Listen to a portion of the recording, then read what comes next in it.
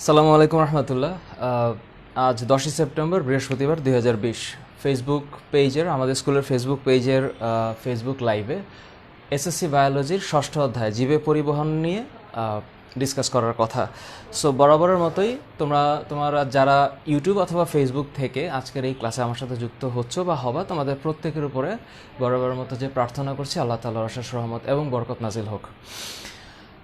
আমি ফাহাদ যে চেষ্টাটা করে যাচ্ছি বরাবরের মতো এক একটা চ্যাপ্টারকে যতটুকু সম্ভব আমার জায়গা থেকে 1 ঘন্টার মধ্যে ডিসকাস করার একটা প্রচেষ্টা।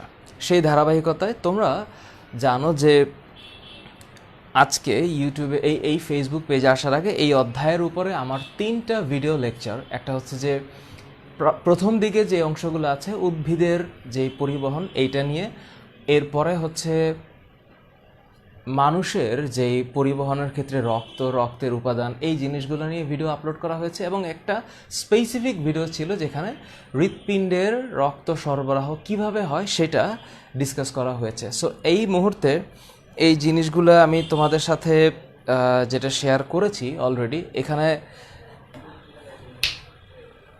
যেই ভিডিওগুলো তোমাদের সাথে অলরেডি শেয়ার করা আছে, এখানে এই অধ্যায়ে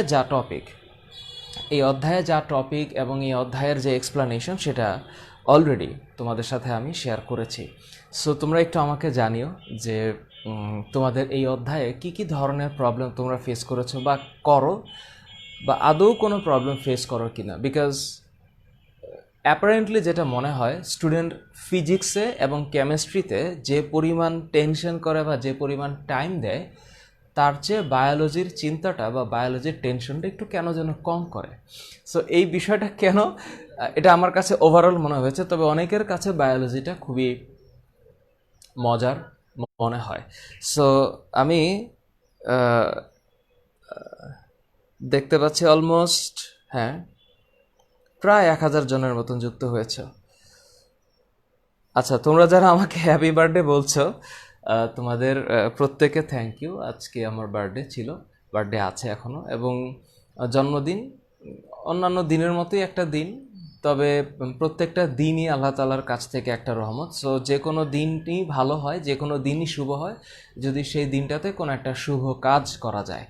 সুতরাং আমার কাছে এই সময় এসে তোমাদের যে অসংখ্য উইশ, অসংখ্য দোয়া আমি সারা দিন পেয়েছি আমাদের স্কুলের ফেসবুক পেজে এবং গ্রুপে, আমি নির্দ্বিধায় বলতে পারি যে এটা আমার প্রচণ্ড বড়, মানে অনেক বড় একটা সৌভাগ্য। তোমাদের অনেকের উইশ আমি পেয়েছি, অনেক দোয়া তোমরা করেছো এবং অনেক লেখা লিখেছো, যেখানে অনেক কৃতজ্ঞতার ভাষা ছিল, অনেক কিছু আবেগ ছিল এখানে। এবং এটা আমার কাছে অনেক বড় একটা পাওয়া, কারণ আমার কাজগুলো তোমাদের কাছে ভালো লাগে। সবার কাছে হয়তো না, কিছু কিছু মানুষ আছে যারা হয়তো একটু ডিফারেন্ট চিন্তা করবে, স্বাভাবিক, কিন্তু অনেকের কাছে ভালো লাগে। এবং আমার কাছে এটা আল্লাহর কাছে, মানে আল্লাহর তরফ থেকে একটা প্রাপ্ত রহমত বা নিয়ামত বলে মনে হয়। সো এই যে তোমাদের উইশ, সেই উইশকে কেন্দ্র করে আমি সৃষ্টিকর্তার কাছে চাই যে আল্লাহ তোমাদের প্রত্যেককে সুখ শান্তিতে রাখুক। এই করোনা মহামারীতে আমাদের শিক্ষা ব্যবস্থার উপরে যে আঘাত, সেই আঘাত মোকাবেলা করার জন্য আমরা যে দৃঢ় প্রতিজ্ঞ হয়েছি, আমরা যে কাজ শুরু করেছি, এবং যতটুকু সম্ভব আমাদের জায়গা থেকে আমরা চেষ্টা করব সেই ধারাবাহিকতায় আমরা থামবো না কখনোই। এটা আমাদের ধর্ম, আমরা কখনো থামবো না, আমাদের প্রচেষ্টা চলবে। সো সেই ধারাবাহিকতায় আমি দেখলাম যে এখানে তোমরা অনেকে এখনও হ্যাপি বার্থডে উইশ করছো। এনাফ হয়েছে, অনেক অনেক পেয়েছি তোমাদের কাছ থেকে, অনেক ভালোবাসা। এইবার চলো পড়া শুরু করা দরকার। ওয়েল, এই অধ্যায়টার নাম জীবে পরিবহন। আচ্ছা, জীবে যে পরিবহন, সেই পরিবহনটা কেন? বিকজ এখানে একটা কথা আমি বলে দিই, ট্রান্সপোর্ট হচ্ছে ট্রান্সপোর্ট। আমি শব্দটার ক্ষেত্রে বলতে পারছি যে এটা হচ্ছে ট্রান্সপোর্ট। তার মানে কি? পরিবহন হচ্ছে। পরিবহন বলতে বোঝায় যে এক জায়গা থেকে আরেক জায়গায় মুভমেন্ট হয়। এখন একটা খুবই সিম্পল একটা যদি আমি হিসাব করি, যে এটা হচ্ছে একটা উদ্ভিদ, যে উদ্ভিদের এখানে তোমরা জানো যে উদ্ভিদের শিকড় থাকে, হ্যাঁ, শিকড় থাকে এবং শিকড়টা মাটিতে বিস্তৃত থাকে। খুবই স্বাভাবিকভাবে আমি যদি একটা নর্মাল চিন্তা করি, আমরা এখানে শব্দটা হচ্ছে জীবে পরিবহন।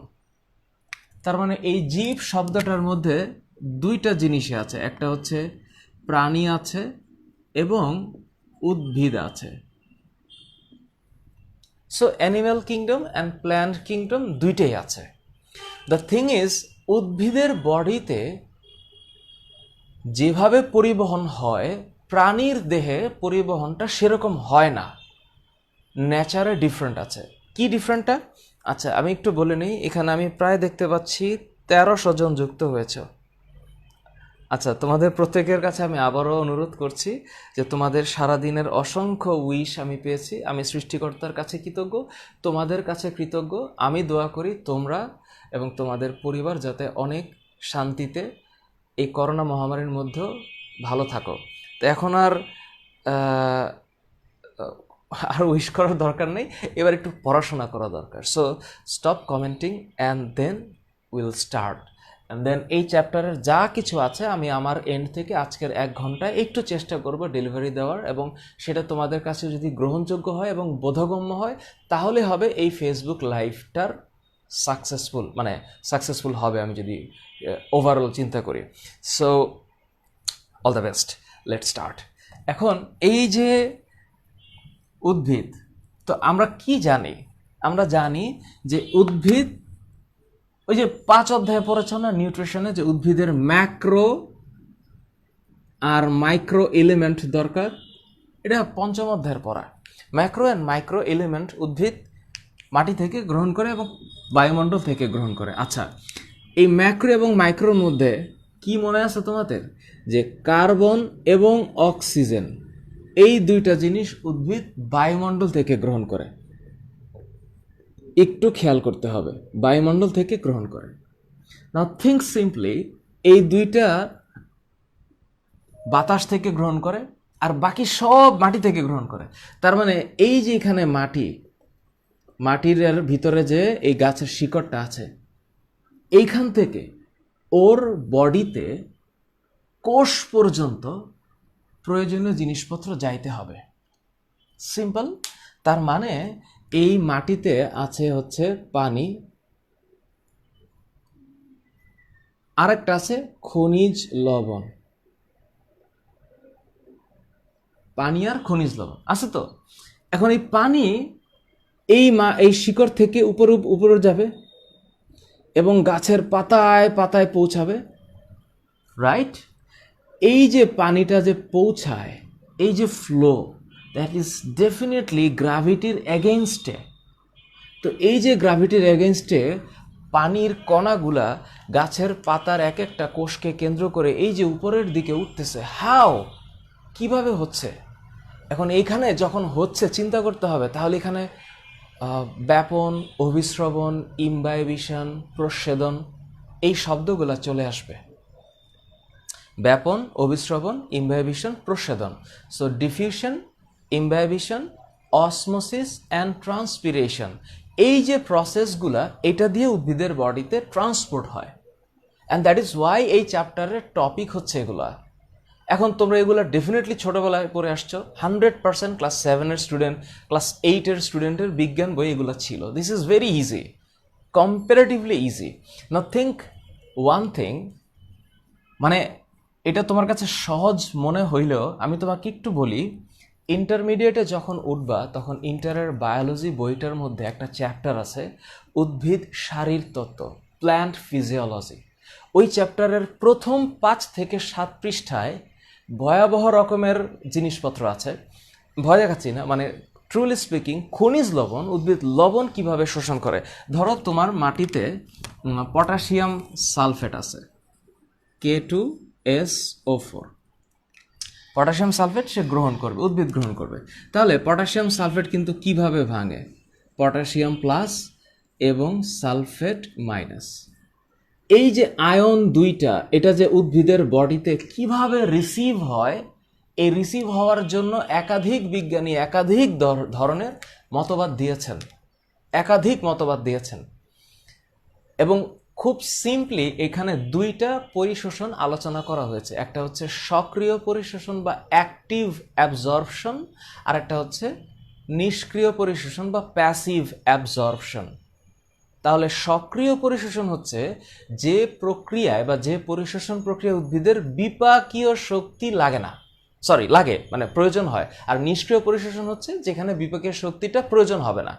সো ইউজুয়ালি কি হয়, এই ক্যাটায়ন বা ধনাত্মক আয়ন যেটা, এটা সরাসরি উদ্ভিদের বডিতে বা উদ্ভিদের কোষে রিসিভ হয়, কিন্তু অ্যানায়নটা বিভিন্নভাবে রিসিভড হয়, এবং এই রিসিভড হওয়ার ক্ষেত্রে বিভিন্ন ধরনের প্রসেস এখানে আছে, ইলেকট্রন বাহক আছে।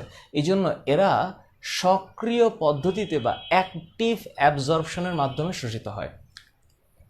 এই কথাগুলো যদি তোমাদের কঠিন লাগে তাহলে আমি বলবো যে তোমরা একটু আগে বোঝার চেষ্টা করো যে এই চ্যাপ্টারের টপিকটা যে আছে শুধুমাত্র মুখস্থ করে লিখলেই হবে না, শুধুমাত্র মুখস্থ করে লিখলেই হবে না কিন্তু। আচ্ছা,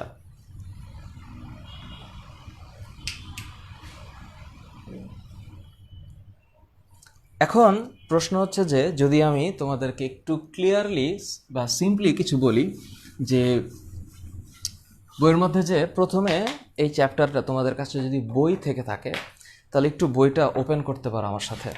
তোমরা দেখবা এখানে 127 নাম্বার পেজে একটা সিম্পল কথা লেখা আছে, উদ্ভিদ এবং পানির সম্পর্ক। এটা আমরা স্বাভাবিকভাবেই মানুষ বোঝে যে উদ্ভিদ আর প্রাণীর মধ্যে কি সম্পর্ক, বিকজ আমরা জানি প্রোটোপ্লাজম, যেটাকে আমরা কি বলি, প্রোটোপ্লাজম হচ্ছে জীবনের ভৌত ভিত্তি বা ফিজিক্যাল বেসিস অফ লাইফ। এই ভৌত ভিত্তি, এই প্রোটোপ্লাজম এটা যে জীবনের ভৌত ভিত্তি, এটাকে আমরা কি বলি, ফিজিক্যাল বেসিস, ভৌত ভিত্তি। এবং তোমাদের বইয়ে দেখো লেখাই আছে যে এই প্রোটোপ্লাজম উদ্ভিদের এই পানির প্রয়োজনীয় দিকগুলা ABCD 4টা পয়েন্টে লেখা আছে। তো একটা স্টুডেন্ট যখন এই চ্যাপ্টারটা পড়বে ওর মাথায় একটা জিনিস আসবে যে definitely we know that water is an essential elements for protoplasm. And protoplasm বেঁচে থাকতে গেলে পানি লাগবে, আর প্রোটোপ্লাজম বেঁচে থাকা মানে কোষ বেঁচে থাকা, আর কোষ বেঁচে থাকা মানে জীবন বেঁচে থাকা। ক্লিয়ার? এখন দেখো এ নাম্বার একটা শব্দ আছে ইমবাইবিশন। তোমরা কি বোঝো ইমবাইবিশন কি? আমি যদি ইমবাইবিশনের কথা লিখি তো এটা হচ্ছে ইমবাইবিশন, দ্যাট মিনস যে কোনোভাবেই কোনো পদার্থ যদি পানি শোষণ করে, এটা ক্লিয়ার, টিস্যু পানি শোষণ করে, টিস্যু পেপার। তারপরে যদি তুমি চিন্তা করো যে শুকনো কাঠ, কলয়েডাল জাতীয় পদার্থ, এরা পানি শোষণ করে। সো যারা পানি শোষণ করে, এই পানি শোষণ করার প্রক্রিয়াটার নামই হচ্ছে ইমবাইবিশন। সো এটা কিন্তু কঠিন কিছু না। এরপরে দেখো ব্যাপনের ক্ষেত্রে লেখা আছে ডিফিউশন, পড়েছো এর আগে। ব্যাপনের পরে অভিস্রবণের কথা লেখা আছে, এটাও তোমাদেরকে আমি এর আগে বলেছি যে একটা অর্ধভেদ্য ঝিল্লি দিয়ে পৃথক করে রাখবে দুইটি ভিন্ন ঘনত্বের দ্রবণ, এবং কম ঘনত্বের দ্রবণ থেকে বেশি ঘনত্বের দ্রবণের দিকে দ্রাবক অণু ব্যাপিত হবেন। দিস ইজ অসমোসিস, অভিস্রবণ। এবং কয় ধরনের হয়? 2 ধরনের, একটা হচ্ছে অন্ত অভিস্রবণ আর একটা বহি অভিস্রবণ। ক্লিয়ার? তারপরে তোমরা দেখো 129 নাম্বার পেজের নিচে যে ছবিটা আছে, এই ছবিটা খুব ইম্পর্ট্যান্ট। এই যে ছবিটা এটা খুব ইম্পর্ট্যান্ট। এই যে নিচে কিভাবে পানি শোষিত হচ্ছে, খুব সহজভাবে যদি আমি বলি, তোমরা একটু দেখো, তোমাদের এই যে শিকড় বা রুট যেটা, এই রুটের একদম শুরুতে যে মূল স্ত্রাণ আছে, মূল স্ত্রাণ, তারপরে এখান থেকে হচ্ছে মূল রোম। এখন এই যে মূল রোম, এই মূল রোমের পরে, মানে গাছের শিকড়ের কথা বলছি, একটা সিম্পল একটা অংশ, ধরো এখানকার একটা ছোট্ট অংশ চিন্তা করছি। তারপরে হচ্ছে মূল রোমের পরে মূল ত্বক, যেটাকে আমরা কি বলি, এপিডার্মিস। এখন এই যে মূল ত্বক, এই মূল ত্বকের সাথেই ধরো আমি শব্দটাকে একটু লিখে দিলাম, যেটা হচ্ছে এপিডার্মিস। এখন তোমাদের আমি এর আগেও ব্যাখ্যা করেছি, এই এপি শব্দটা মানে হচ্ছে আউটার সাইড, বাইরে, যেমন আমরা এপিকার্ডিয়াম পড়েছি। ঠিক ডার্মিস শব্দটা হচ্ছে DERM, এই ডার্ম মানে হচ্ছে স্কিন বা ত্বক, তাহলে বাইরের ত্বকটাকে আমরা ডার্ম বলছি, এটাকে আমি epidermis is the outer layer. তারপরে এপিডার্মিসের পরে তুমি দেখো কর্টেক্স, কর্টেক্স হচ্ছে পরের সেলগুলা, এবং কর্টেক্সের পরে যে অংশটা শুরু সেটা হচ্ছে এন্ডোডার্মিস। এখন তুমি নাম চিন্তা করো, এই যে এন্ডো, ইট মিনস ভিতরে, দিস ইজ এন্ডো, তার মানে ভিতরে। এই এন্ডোডার্মিসের পরে এর পরে যেই সেলটাতে যাবে এটার নাম হচ্ছে কি, জাইলেমের অংশ। তোমাদের বইয়ে লেখা আছে দিস ইজ ভেসেল, জাইলেমের ভেসেল। তো এখন যখন এটা ভেসেলে পৌঁছায়, দ্যাট মিনস জাইলেমের ভেসেলে পৌঁছায়, দ্যাট মিনস জাইলেম টিস্যুর আমরা প্রকারভেদগুলো পড়েছিলাম না, মনে আছে? Tracheid, vessel, xylem fibre, xylem parenchyma. এই ভেসেলের মধ্যে যখন এই অণুটা পৌঁছায়, পানির অণুটা পৌঁছায়, তখন ওর কাজ হচ্ছে এই যে গাছের নিচ থেকে এই এই অণুটাকে বা পানির অণুটাকে একদম পাতায় পৌঁছে দেয়া। তার মানে পানি, দ্যাট ইজ যেটা পৌঁছাচ্ছে মাটির নিচ থেকে, কৈশিক অংশ থেকে যেটা পৌঁছাচ্ছে, that is due to the performance of xylem. এইবার গাছের পাতায় যে খাদ্যটা উৎপন্ন হবে, যেটা উদ্ভিদের বডির জন্য প্রয়োজন, সেই খাদ্যটা কিন্তু রিভার্স ওয়েতে আসবে, অর্থাৎ সেই খাদ্যটা কিন্তু উল্টা আসবে, উল্টা, অর্থাৎ এইভাবে। And that is due to the performance of phloem. তাহলে এই যে আমরা বললাম যে জাইলেম আর কি ফ্লোয়েম, ফ্লোয়েম এই দুইটা যে টিস্যু, তোমরা অবশ্যই সেকেন্ড চ্যাপ্টার পড়েছ টিস্যু, দ্বিতীয় অধ্যায় বায়োলজির। সেখানে জাইলেম এবং ফ্লোয়েমকে একসাথে কি বলে? একসাথে বলে কি, পরিবহন টিস্যু বা ভাস্কুলার বান্ডল, যার কাজ হচ্ছে ট্রান্সপোর্ট করা উদ্ভিদের উদ্ভিদের যে মাটি থেকে যে গৃহীত পানি এবং খনিজ লবণ, এগুলোকে ট্রান্সপোর্ট করা বডির মধ্যে। So that transport is happening due to the performance of vascular bundle, and who are doing it? Xylem and phloem. So they are actually transporting things inside plants. তো এই যে জিনিসটা এখানে ব্যাখ্যা করা হয়েছে, তোমরা জেরিন আক্তার নুহা, আমি বায়োলজি 4th চ্যাপ্টার নিয়ে একবার এসেছি, এবং 4th চ্যাপ্টারের জীবনী শক্তির যে টোটাল আইডিয়া, C3 সাইকেল, আলোক মানে নির্ভর পর্যায়, আলোক নিরপেক্ষ পর্যায়, শ্বসন, আমি ব্যাখ্যা করেছি, তুমি মনে হয় মিস করেছ। রাফিদ বিন আনোয়ার, সেকেন্ড চ্যাপ্টার মিস করে গেলে বায়োলজি পড়ে লাভ হবে না। সেকেন্ড চ্যাপ্টার মিস করলে বায়োলজি পড়ে কোনো লাভ হবে না, মানে তুমি পুরা তরকারিটা রান্না করছো, খালি লবণটাই দাও নাই, বুঝছো না? ওকে,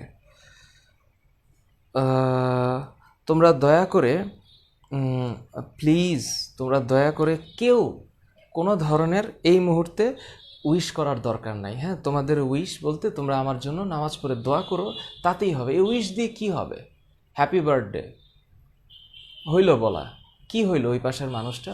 হ্যাঁ, এটা সত্য যে একজন আরেকজনের প্রতি কনসার্ন, এটা বোঝা যায়, কিন্তু আসলে যেটা দরকার, একটা মানুষ আরেকটা মানুষের জন্য যদি দোয়া করে, তাহলে এই উইশ এগুলো হচ্ছে ওকে, বাট ডান। আক্তার আহমেদ, তাহলে ইমবাইবেশন, ব্যাপন, অভিশ্রবণ, এই 3 প্রক্রিয়ার মাধ্যমে উদ্ভিদ ও পানি খনিজ পরিবহন হয়। Definitely this all are the process of this. হ্যাঁ, এই কারণে এটা এখানে আলোচনা করা হয়েছে। Thank you. সেকেন্ড চ্যাপ্টারটা important, Tamim, your right. Nobody should skip second chapter. হ্যাঁ, আচ্ছা, এরপর তোমরা দেখো তোমাদের বইয়ে 131 নাম্বার পেজে, 131 নাম্বার পেজে কোষ রস আহরণ বা আরোহণ, এটা নিয়ে আলাপ করা হয়েছে। এই যে এই ছবিটা তোমাদের বইয়ে আছে, অবশ্যই আছে। এটা কি জানো? এটা হচ্ছে যে এখানে একটা উদ্ভিদ আছে যে উদ্ভিদটা খুবই স্বচ্ছ, এটার নাম হচ্ছে পেপিরোমিয়া উদ্ভিদ। সেই উদ্ভিদটাকে আমরা ছোটবেলায় বায়োলজি প্র্যাকটিক্যালে করেছি। এই পেপিরোমিয়া উদ্ভিদটাকে আমরা একটা কোকের যে মানে কাচের যে কোকের বোতল থাকে, ওই যে বিভিন্ন কোল্ড ড্রিঙ্কসের যে বোতল থাকে, সেখানে আমরা হচ্ছে পানি দিয়ে কিছু স্যাফরানিন দিয়ে দিয়েছিলাম। স্যাফরানিন হচ্ছে একটা রেড পিগমেন্ট, লাল। তো যখন এটাকে লাল হয়ে গেছে, এরপর আমরা স্কুল ছুটির আগে ওই পেপিরোম উদ্ভিদটাকে এই বোতলের মধ্যে দিয়ে রেখে ল্যাবে রেখে চলে গেছি। সকালে এসে পরের দিন স্কুলে এসে দেখলাম যে পুরা পেপিরোম উদ্ভিদটা লাল হয়ে গেছে।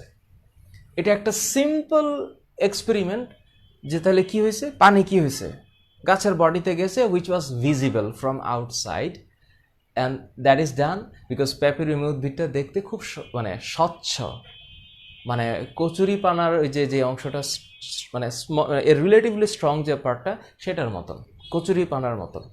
সো এটা একটু লতানো উদ্ভিদ, সুন্দর। সুতরাং এই সিম্পল একটা এক্সাম্পল দিয়ে বোঝানো হয়েছে যে রস কি হয়, উত্তোলিত হয়।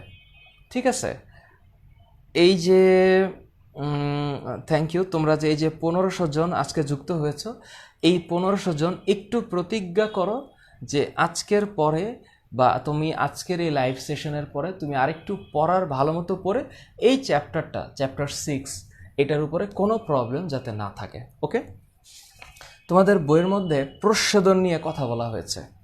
তোমরা জানো এই সহজ জিনিসটা যে প্রচ্ছেদন ইংলিশ কি, ট্রান্সপিরেশন।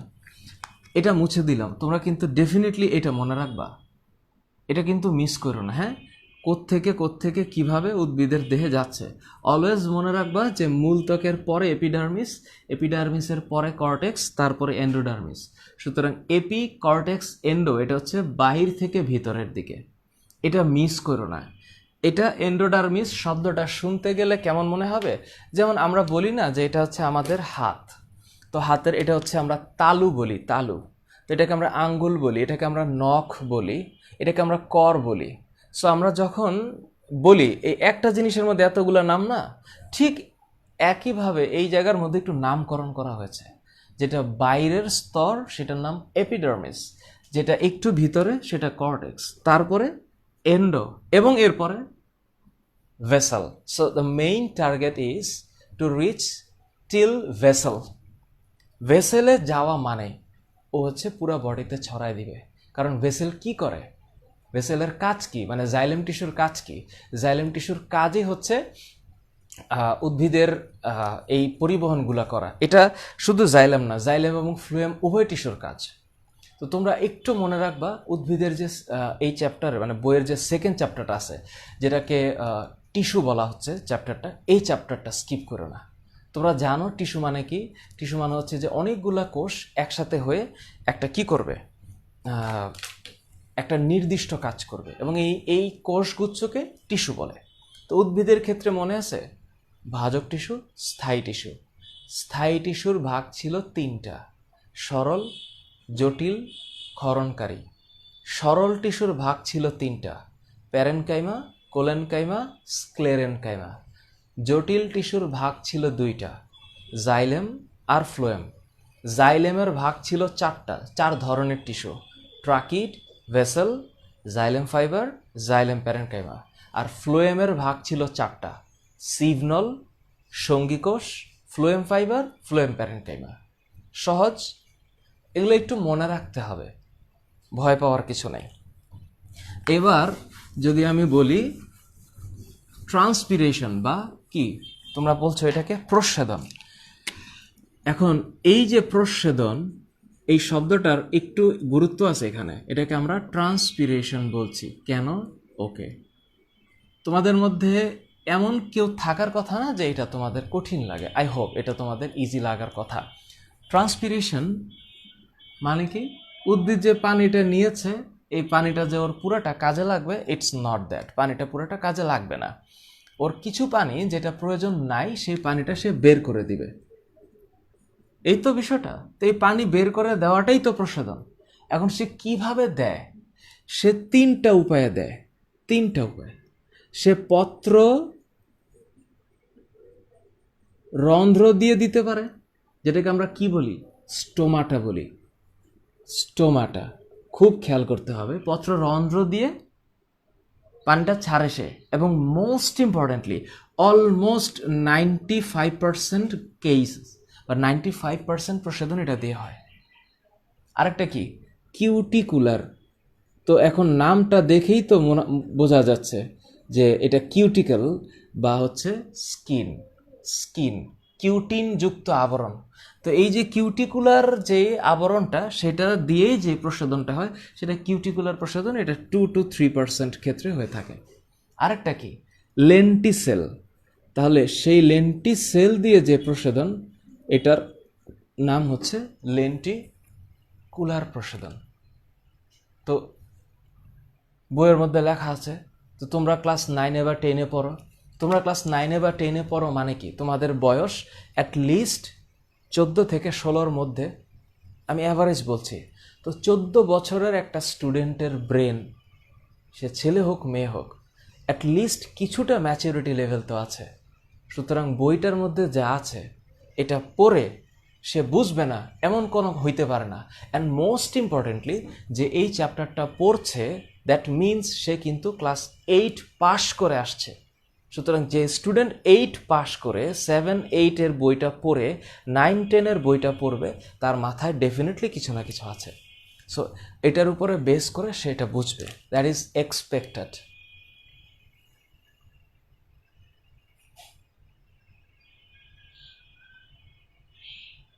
আচ্ছা, থ্যাংক ইউ, অনেক ইজি বলছো। Imran, thank you. Lenticular. Nazmun Nahar ID থেকে যে বলছো। এমডি মাসুদ, তুমি যেটা বলেছো এই যে যুক্ত হয়েছে 1500 কমেন্ট হবে 15,000, আসলে এটা আমার কাছে একটা দুঃখজনক বিষয়। এই যে এত comment, at the end of the day কোনোটাই দরকার ছিল না। যদি কারো প্রশ্ন থাকতো সেইটা একটু মানা যাইতো যে হ্যাঁ। রজত চক্রবর্তী, আমি একটু পড়াই নেই, তারপরে তোমার কমেন্টটা আমি দেখবো। হ্যাঁ, ওকে। এই যে একজন বলেছে প্রদীপ পোদ্দার আইডি থেকে, তুমি বুঝতে পেরেছো, তোমাকে অনেক অভিনন্দন। ওকে। সঞ্চিতা রয় আইডি থেকে যিনি বলেছেন বা বলেছ, I love biology, take love, that means তোমার বায়োলজির প্রতি ভালোবাসা, সেইটা পরে প্রফেশনে কাজে লাগাইও। থিঙ্ক, দিলাম মুছে। এখন তোমরা বইয়ের মধ্যে দেখো, আর তোমাদের মধ্যে অনেকেই আছো যে কিছু কিছু স্পেসিফিক শব্দ নিয়ে চিন্তা করো। ওই শব্দটাকে প্রশ্ন করার আগে তোমার কাছে যদি একটু ইন্টারনেট বা স্মার্টফোন থাকে, তোমার কাছে শুধু ফেসবুক নাই, কিন্তু গুগলও আছে। একটু গুগলে যদি সার্চ করো, তাহলে মনে হয় আমি কথা বলে তোমাকে যতটুকু বোঝাবো তার চেয়ে অনেক বেশি তুমি বুঝবা একটু গুগলের পেজটা দেখলে। সিম্পল, হ্যাঁ। আচ্ছা, এখন প্রশ্ন হচ্ছে, এই অধ্যায়ের 134 নাম্বার পেজে যেই ব্যাখ্যাটা আছে এইটা ইম্পর্টেন্ট। একটা হচ্ছে বাহ্যিক প্রভাবক আর একটা হচ্ছে অভ্যন্তরীণ প্রভাবক। তোমরা যদি একটু আমার সাথে একমত হও, বাহ্যিক প্রভাবক কি, মানে প্রভাবক জিনিসটা কি? আমি যখন বললাম এটা প্রভাবক, এটার ইংরেজি কি বলো তো? এটার ইংরেজি হচ্ছে ক্যাটালিস্ট। আচ্ছা, ক্যাটালিস্ট। তোমাদের মধ্যে কেউ যদি বলো যে স্যার এত ইংরেজির দরকার কি, যে এই প্রশ্নটা করবা সে নির্ঘাত মনে রাখবা যে এই প্রশ্নের উত্তর তুমি যখন পাবা, জীবন যখন তোমাকে দিবে, তখন তুমি বুঝা কুলাইতে পারবা না যে কেন আগে এই প্রশ্নটা করলা। এই প্রত্যেকটা ওয়ার্ডের সাথে ইংলিশগুলোকে জেনে রাখা উচিত। এই ক্যাটালিস্ট দুই ধরনের হয়, একটা হচ্ছে ইন্টারনাল, একটা এক্সটার্নাল। তাহলে একটা হচ্ছে অভ্যন্তরীণ, অভ্যন্তরীণ, আর একটা হচ্ছে বাহ্যিক। তো বাহ্যিকটা হচ্ছে এক্সটার্নাল, এটা হচ্ছে ইন্টারনাল। তাহলে এই প্রভাবকগুলো কারা? বাহ্যিক প্রভাবকের মধ্যে দেখো লেখা আছে তাপমাত্রা। কিসের? এটা কিসের প্রভাবক? প্রস্বেদনের।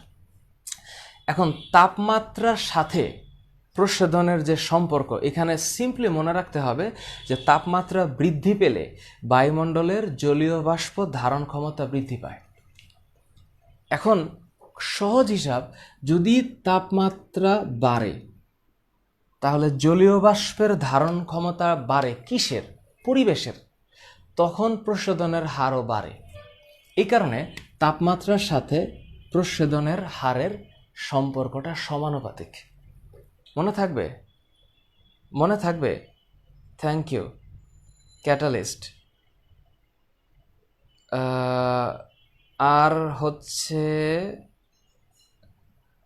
হচ্ছে সেকেন্ড টপিক, এটাই হচ্ছে অনেকের প্রবলেম হইতে পারে, যে একটা হচ্ছে আপেক্ষিক, আপেক্ষিক শব্দটা হচ্ছে আর্দ্রতা, আর্দ্রতা, আর্দ্রতা বর্জ্য শব্দটার মতো, এটা হচ্ছে রিলেটিভ হিউমিডিটি। এই শব্দটা নিয়ে তোমাদের একটু যদি কনফিউশন থাকে আমি একটু বলি, এটা হচ্ছে রিলেটিভ হিউমিডিটি। স্যার এটা কি হিউমিডিটি মানে কি? মনে করো তোমার একটা সহজ জিনিস বোঝো, মনে করো এটা হচ্ছে 2 লিটারের খালি পাত্র, এখানে 1.5 লিটার পানি আছে। প্লিজ, 2 লিটারের খালি পাত্র, এখানে 1.5 লিটার পানি আছে। আর এটা হচ্ছে 10 লিটারের খালি পাত্র, এটার মধ্যে 5 লিটার আছে। 10 লিটারের খালি পাত্রে 5 লিটার আছে। এখন তুমি আমাকে বলো, আমি এখন এরপরে কি ব্যাখ্যাটা দিব একটু বুঝে দিই। 2 লিটারের 1.5 লিটার আছে, তার মানে অ্যাট লিস্ট এখানে 60%-এর বেশি ভরপুর আছে।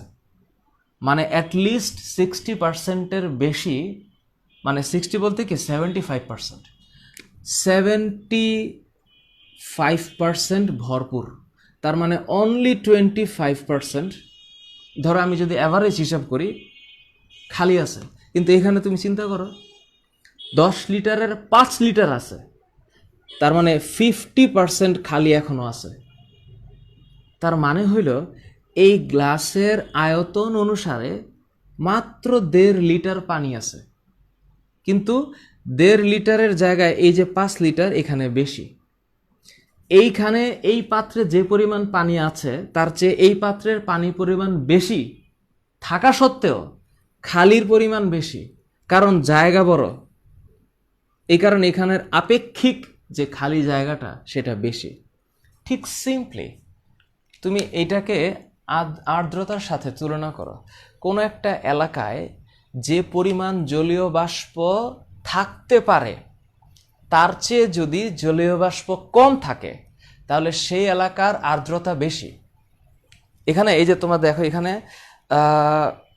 মানে কি বলবো, এখানে আপেক্ষিক আর্দ্রতা কম হলে বায়ু অসম্পৃক্ত থাকে এবং জলীয় বাষ্প গ্রহণ করতে পারে, কিন্তু অধিক হলে বায়ু সম্পৃক্ত হওয়ার ফলে জলীয় বাষ্প ধারণ ক্ষমতা হারিয়ে ফেলে। এখন এই সম্পৃক্ত অসম্পৃক্ত বোঝো। মনে করো যে এইখানে 2 লিটার পানি থাকতে পারত, 2 লিটার, কিন্তু আছে 1.5 লিটার। এখন যদি পুরাটা 2 লিটার পানি থাকে, তার মানে এই পুরো এলাকাটা সম্পৃক্ত হয়ে যাবে। অর্থাৎ এই সম্পৃক্ত হয়ে যাবে মানে যে এটা একদম ভরপুর, এখানে আর কোনো পানি রাখা যাবে না, তার মানে এই এলাকায় আর কোনো জলীয় বাষ্প থাকা যাবে না, একদম ফিল আপ। সম্পৃক্ত বায়ু, সম্পৃক্ত বায়ু মানে হচ্ছে জলীয় বাষ্প পুরাটা আছে, এবং জলীয় বাষ্প যদি পুরাটা থাকে তার মানে এখানে আর জলীয় বাষ্প দেওয়া যাবে না। কিন্তু এখানে দেখো এলাকা বড়, জলীয় বাষ্পের ধারণ ক্ষমতা বড়, কিন্তু জলীয় বাষ্প আছে কম, তার মানে এটা অসম্পৃক্ত বায়ু, এখানে আরও জলীয় বাষ্প রাখা যাবে, তার মানে এখানে আর্দ্রতা কম, এখানে আর্দ্রতা বেশি। তাহলে আপেক্ষিক আর্দ্রতা কোনটা? আপেক্ষিক আর্দ্রতা বা রিলেটিভ হিউমিডিটি মানে হচ্ছে বায়ুর জলীয় বাষ্পের ধারণ ক্ষমতা, ধারণ ক্ষমতা যত তার তুলনায় উপস্থিত জলীয় বাষ্প, উপস্থিত জলীয় বাষ্প। একটু ঠান্ডা মাথায় বোঝো, এখানে ধারণ ক্ষমতাই 2 লিটার, আছে 1.5 লিটার, তাহলে খালি আছে ধরো অ্যাভারেজ 25%, আর এখানে খালি হচ্ছে 10 লিটার, আছে 15 লিটার, 50% খালি। তার মানে আপেক্ষিক আর্দ্রতা ওর কম, কারণ আরও জলীয় বাষ্প এখানে ধরবে, ওর আপেক্ষিক আর্দ্রতা বেশি, কারণ আর জলীয় বাষ্প ধরবে না। এই কারণে যে এলাকার আপেক্ষিক আর্দ্রতা বেশি সে এলাকার প্রস্বেদনের পরিমাণ কম হবে, কারণ প্রস্বেদনে তো জলীয় বাষ্প ছড়াচ্ছে, তো ছড়াবে কোথায়? ওর তো জায়গা নাই, ওর তো জায়গা নাই। ওই এলাকায় জলীয় বাষ্পের পরিমাণ বা আপেক্ষিক আর্দ্রতার পরিমাণ বেশি, এ কারণে প্রস্বেদন হবে কম। আর যেখানে উল্টাটা হবে, অর্থাৎ আপেক্ষিক আর্দ্রতা কম, তার মানে জলীয় বাষ্প ধারণ ক্ষমতা বেশি, তার মানে প্রস্বেদন হবে বেশি।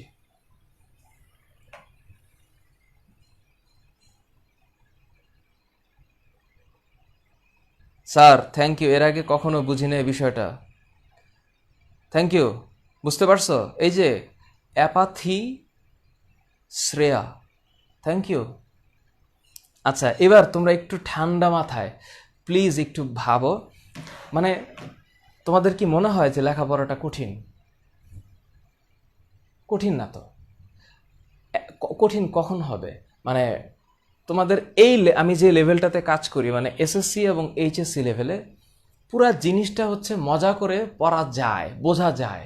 কঠিন কখন? যখন মানুষ আস্তে আস্তে বড় হয়।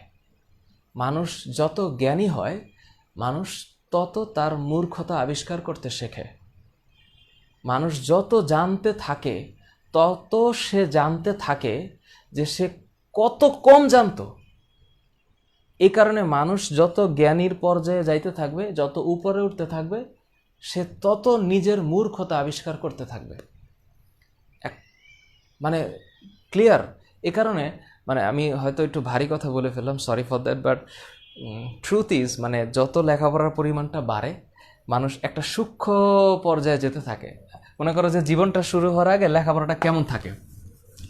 লেখাপড়াটা কেমন থাকে যে ধরো যে একটু মজা করে নিই মাঝখানে, এসএসসি লেভেলে সাবজেক্ট কয়টা? 1 2 3 4 5 6 7 8 9 10 11 12 13, ধরো অনেকগুলো সাবজেক্ট। আচ্ছা, এইচএসসি লেভেলে সাবজেক্ট হচ্ছে ধরো 6-7টা, কমলো আস্তে আস্তে। ইউনিভার্সিটিতে উঠে এবার একটা সাবজেক্ট পড়বে, একটা। ধরো কেউ অ্যাপ্লাইড ফিজিক্স পড়তেছে, যে অ্যাপ্লাইড ফিজিক্স পড়তেছে তার বায়োলজির কোনো চিন্তা নাই। যে ধরো মেডিকেল সেক্টরে ঢুকলো, সে চিন্তা করবে না বিল্ডিংয়ের ডিজাইন কেমনে হয়। যে ধরো ফার্মেসিতে পড়তেছে, সে কখনো চিন্তা করবে না যে ফার্মেসির যে ফার্মাকোলজি ফার্মাকগনোসি আছে, এটা যখন সে স্টাডি করতে থাকবে, তখন সে মলিকুলার বায়োলজি পড়া শুরু করবে। তখন ওই যে কি অ্যারোপ্লেনের ডিজাইন কেমনে হবে বা এয়ারক্রাফট কিভাবে দৌড়ায়, এটা সে চিন্তা করবে না।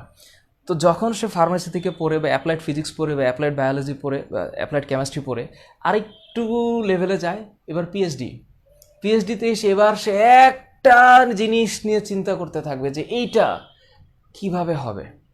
করোনা ভ্যাকসিনের ফর্মুলা যারা নিয়ে কাজ করতেছে, এরা শুধু এখন একটা জিনিস চিন্তা করতেছে যে এই করোনা ভাইরাসের যেই ক্যাপসিড, যে প্রোটিন লেয়ারটা, এটা কিভাবে ডিস্ট্রাকশন করা যাবে আর কিভাবে একটা অ্যান্টিবডি প্রোডাকশন করা যাবে, যে অ্যান্টিবডিটা হিউম্যান বডিতে অনেক দিন স্টে করে করোনা ভাইরাসকে ফাইট করবে। তো এখন তুমি চিন্তা করো, এরা হচ্ছে ওয়ার্ল্ড টপ লেভেল সায়েন্টিস্ট, ওরা এখন এক জায়গায় আছে। এখন ওরা কি কখনো এরোপ্লেন আরও কতটুকু উপরে উঠবে এটা চিন্তা করবে? বা মাটির নিচে এখন ভূমিকম্প কত লেভেলে হচ্ছে সেটা চিন্তা করবে? বা ফ্যানটা কত জোরে ঘুরলে এটা আরেকটু কম বিদ্যুৎ খরচ করবে এই চিন্তা করবে? মানে মানুষ যত উপরে উঠবে তার চিন্তাটা আরও তীক্ষ্ণ হয়। এই কারণে মানে পড়াশোনার যে গ্রাফ আমার কাছে মনে হয় এটা প্রথমে এরকম থাকে, তারপরে আস্তে করে এটা এরকম হয়ে যায়, এই এক জায়গায় আসে। তখন এক একজন স্পেসিফিক সায়েন্স বা স্পেসিফিক একটা নলেজের বস হয়। এই কারণে তোমাদের এই লেভেলগুলোতে সব পড়ানো হয়। একটু মাঝখানে হয়তো একটু অন্য কিছু বলে ফেললাম, I am sorry for that. Okay, এবার চলো তোমরা এই কি বুঝলা এখন, সেটা হচ্ছে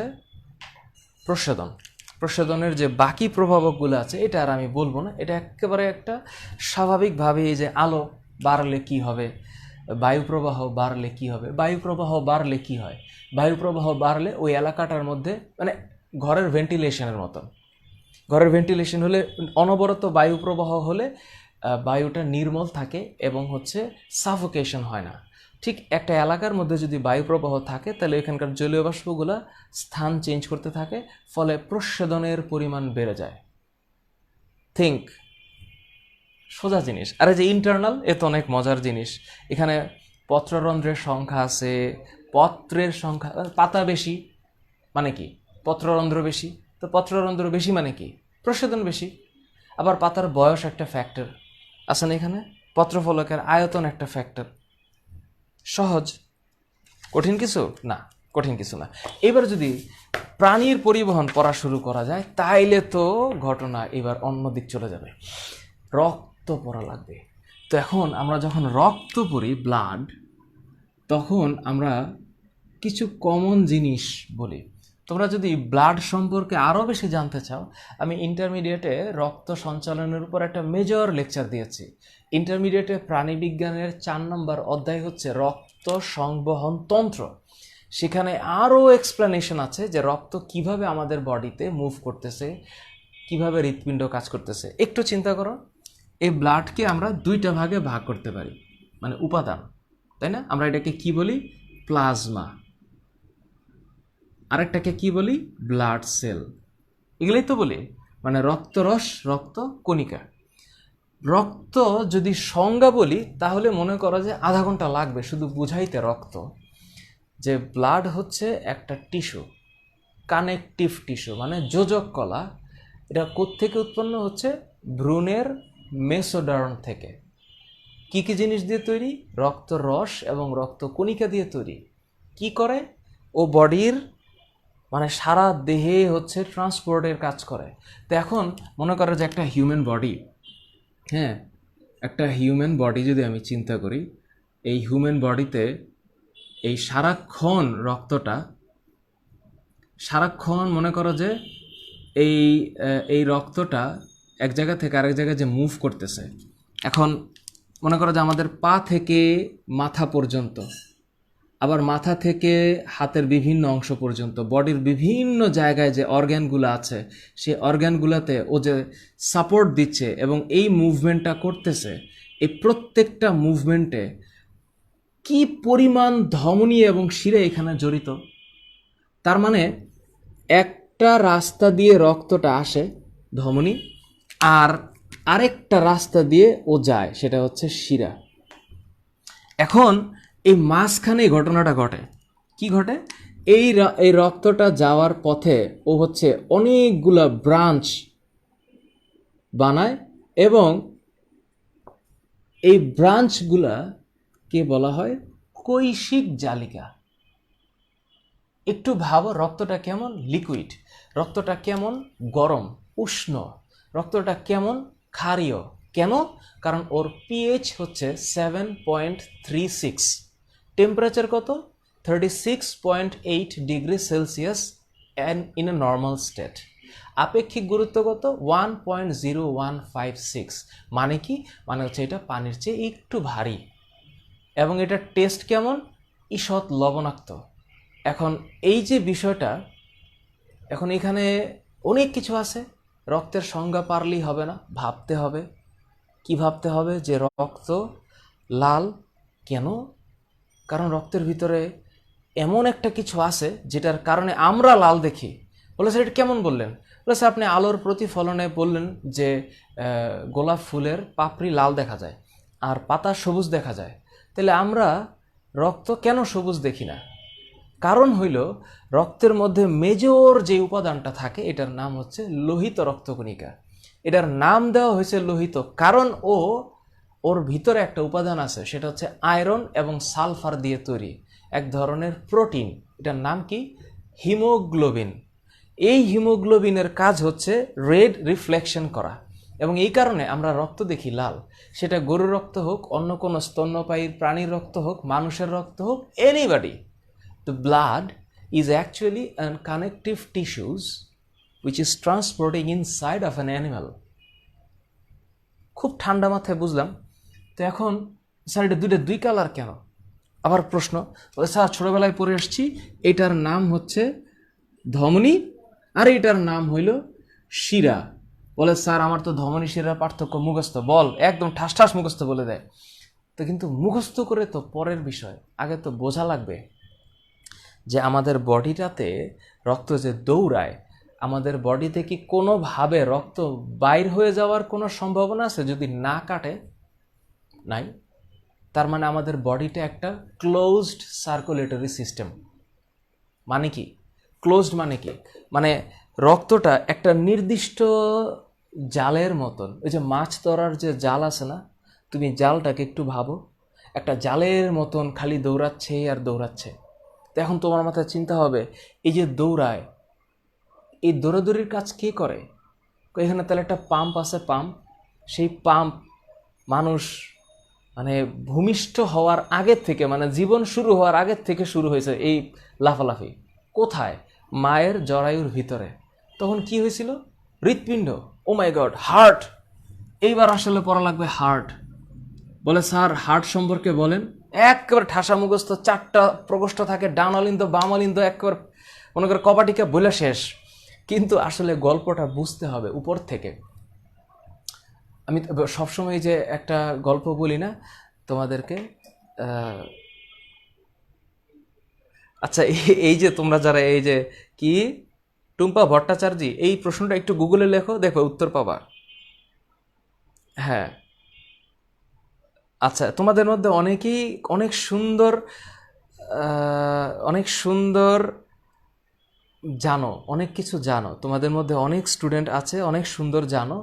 যদি এই যে আরিফা আক্তার, কি হচ্ছে, এই সুন্দর জানো, এই জানাটাকে একটু ছড়ায় দাও। হ্যাঁ, এটা একটু ছড়ায় দেওয়ার দরকার আছে। আমি আমি টোটাল একটা এক্সপ্লেনেশনটা দিয়ে নিই, এরপরে তোমরা আমাকে প্রশ্ন করো, কারণ তোমরা বুঝতেছো যে আমি এখন কমেন্টের দিকে তাকাচ্ছি না, এটা আমার নেচার। আমি পরে আগে দেখবো, আগে একটু তোমাদের বলি হিউম্যান হার্ট কোথায়? 2টা ফুসফুসের মাঝে না, বামে। 2টা ফুসফুসের বামে। এখন 2টা ফুসফুসের বামে বলতে, এখন মনে করো যে একটা ফুসফুস, এটা হচ্ছে বাম ফুসফুস, আর এটা হচ্ছে ডান ফুসফুস। এখন এই 2টা ফুসফুসের মাঝখানে না, কিন্তু মাঝখানে না। এখন তোমাদের মনে রাখতে হবে এটা কিন্তু, এই যে এটা কি, এটা হচ্ছে শ্বাসনালী। তো শ্বাসনালী কিন্তু ঢুকে গেল, এই যে এটার নাম হচ্ছে ব্রঙ্কাস, ডান এবং বাম ব্রঙ্কাস। হৃৎপিণ্ডটা কিন্তু এইখানে আছে, এইখানে। It's not in the mid line, এটা বাম পাশে। এবং বাম পাশে থাকার কারণে ও বাম ফুসফুসের একটা জায়গা দখল করে নিছে। এবং এই হৃৎপিণ্ডটার একমাত্র কাজ হচ্ছে পাম্প করা, রক্তটাকে পাম্প করা। এবং এই পাম্প করার সময় রক্তটা যখন ও পাম্প করে, তখন এই হৃৎপিণ্ডের যে নিচের 2টা প্রকোষ্ঠ, নিলয়, ডান এবং বাম নিলয়, এই নিলয় 2টার মধ্যে অনেক মাসেল আছে, মাসেল, এই কার্ডিয়াক মাসেল আছে। এই মাসেলগুলো হচ্ছে অনেক স্ট্রং, অনেক জোরে জোরে পাম্প করে, তখন শব্দ হয় লাভ dub, lub dub. And this sound is called heartbeat. হার্টবিটের মধ্যে কি হয়? সাইকেল হয়। So heartbeat is, beat means, I mean periodic sound, but it actually means a cycle, যে এখানে একটা কি হচ্ছে, রক্ত চলাচল করার জন্য অনিন্দ আর নিলয়ের মধ্যে একটা কম্বিনেশন হচ্ছে, এবং এটা একটা দ্বিচক্র সংবহন। আসতেছি, আমি আগে একটু গল্পটা বলে নেই।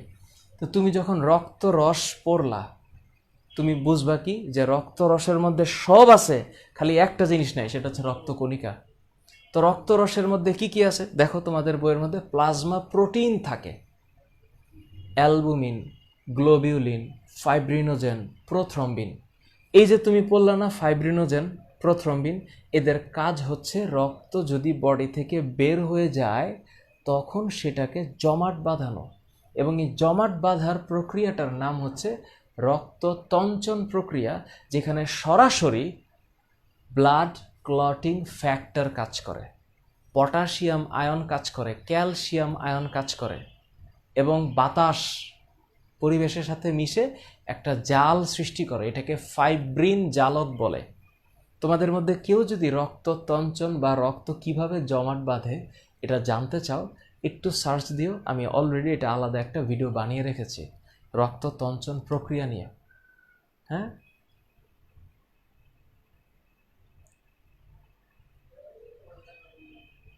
ওকে, লাভ ডাব, হ্যাঁ definitely this is a sound, lub dub, LUBB, lub ডাব।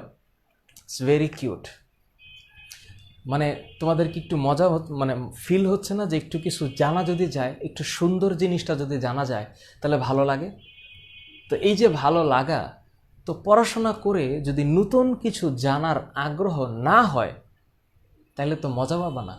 আর মজা না পাইলে তুমি যেটা করতেছো, তোমার যদি মজা না লাগে তাহলে পৃথিবীতে আর কারো কোনো লাভ লস নাই, খালি তোমার লস হবে।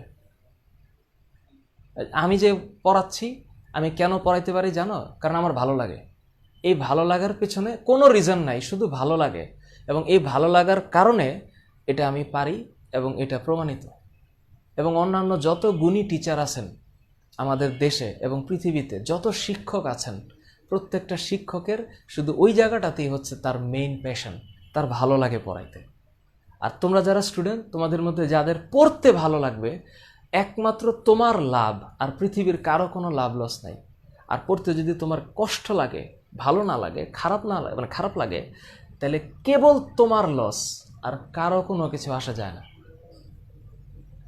তো এই কারণে আমি এত চেষ্টা করছি, বিকজ একবার তোমাদের ভিতরে যদি ইন্সপায়ারেশন তৈরি হয়, পড়াশোনা করতে হবে, জানতে হবে। আমি আজকে বায়োলজি পড়বো, কালকে ফিজিক্স পড়বো, আমাকে বাংলাও বুঝতে হবে, ইংলিশ গ্রামারও বুঝতে হবে, বিজিএস এর অক্ষাংশ দ্রাঘিমাংশ বুঝতে হবে, আমাকে ইসলাম শিক্ষাও পড়তে হবে, এবং আমাকে নৈতিক শিক্ষাও পড়তে হবে। আমি আইসিটিও বুঝবো, যে কিভাবে আইসিটিতে কাজ করতেছে, কিভাবে ইনফরমেশন অ্যান্ড কমিউনিকেশন টেকনোলজি কাজ করতেছে, এভরিথিং, সব কিছুর উপরে তোমাদের এই বয়সে ইন্টারেস্ট থাকবে। ইউনিভার্সিটিতে ওইটা যখন লাইফটা একটা সার্কেলের মধ্যে ঢুকে যাবে, মনে করো যে বিবিএ শুরু করছে, বিজনেস অ্যাডমিনিস্ট্রেশন, ও একটা ছাতার নিচে ঢুকবে, তখন লাইফটা এক জায়গায় নিও, কিন্তু এখন সব কিছু জানার জন্য ট্রাই করতে হবে। মাঝখানে একটু 2 মিনিট আবার বলে ফেলছি, সরি। কই গেলাম? হৃৎপিণ্ডে ছিলাম। এবার রক্তের কণিকা যদি পড়ো, তাইলে তোমার মাথায় আসবে রক্তের কণিকা 3 ধরনের, লোহিত, শ্বেত, অনুচক্রিকা। এরকম নাম হয়েছে কেন? কারণ লোহিত রক্তকণিকা দেখতে লাল, হিমোগ্লোবিন আছে।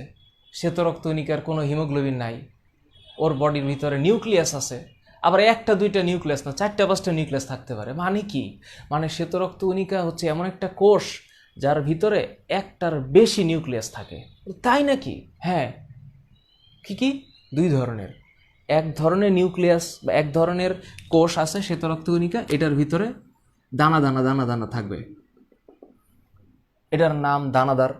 তাইলে এটার নাম গ্র্যানিউলস, গ্র্যানিউলস, তাইলে এটার নাম হচ্ছে গ্র্যানিউলো। গ্র্যানিউলস আছে কার? কোষের। তাইলে এটার নাম হচ্ছে সাইট। তো তোমরা যখন এই যে সাইট পড়ো, সাইট মানে কোষ, তো যখন আমি এটাকে বলি সাইটোপ্লাজম, তার মানে এই যে প্লাজম, দানা দানা, এটা কোথায়? কোষের ভিতরে। তো যখন আমরা পড়ি সাইটোকাইনেসিস, কাইনেসিস, তার মানে হচ্ছে সাইটোপ্লাজমের বিভাজন। হ্যাঁ, সাইটোকাইনেসিস। ঠিক একই রকমভাবে সাইট শব্দটার সাথে যখন আমি এটা বলবো যে সাইটোলজি, এটার মানে হচ্ছে কোষ নিয়ে পড়াশোনা, কোষ বিজ্ঞান, বায়োলজি, জীববিজ্ঞান। ঠিক তাহলে এই কণিকা, শ্বেতরক্ত কণিকা, এটার আরেকটা আছে যেটা দেখতে হচ্ছে মসৃণ সুন্দর, কোনো দানা নেই। এটার মধ্যে দানা নাই, তা নাই মানে কি? নাই মানে নাই, নাই। তাহলে যদি কারোর বডিতে রক্ত না থাকে, তাহলে আমি বলি অ্যানিমিয়া, নাই। তাহলে ওর বডিতে যদি দানাই না থাকে, তাহলে নাম হচ্ছে অ্যাগ্রানিউলোসাইট। তো সেই মজার জিনিস, এটা আবার 2 ধরনের। কি একটা অবস্থা! এটা হচ্ছে মনোসাইট আর একটা হচ্ছে লিম্ফোসাইট। এইবার স্টুডেন্ট চিন্তা করবে, বাপরে, মনোসাইট আবার লিম্ফোসাইট কি করে? মানে এই দুইটা যে কি করে, এরা দুইটা হচ্ছে এলাকার মনে করে সবচেয়ে পাওয়ারফুল, মনোসাইট আর লিম্ফোসাইট। আরেক ভাই আছে এই যেদিকে, এই যে গ্র্যানিউলোসাইট, এটা হচ্ছে ইসিনোফিল, তারপর হচ্ছে নিউট্রোফিল, আর একটা হচ্ছে ব্যাসোফিল। 3 ফিল আর 2 cyte, 3 phil 2 cyte, eosinophil, neutrophil, basophil. আর এটা হচ্ছে মনোসাইট, লিম্ফোসাইট।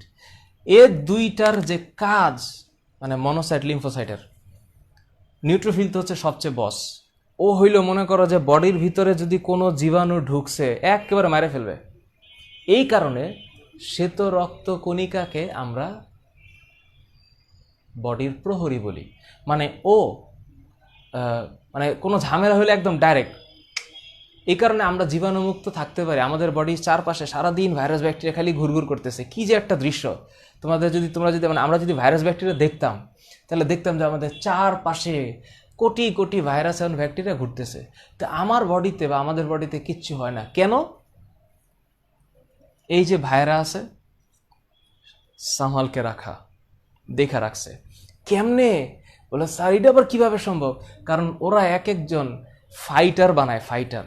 তা আমাদের বডির ফাইটারকে, আমাদের বডির ফাইটার একটা শব্দ, আমাদের বডির ফাইটারের নাম হচ্ছে অ্যান্টিবডি।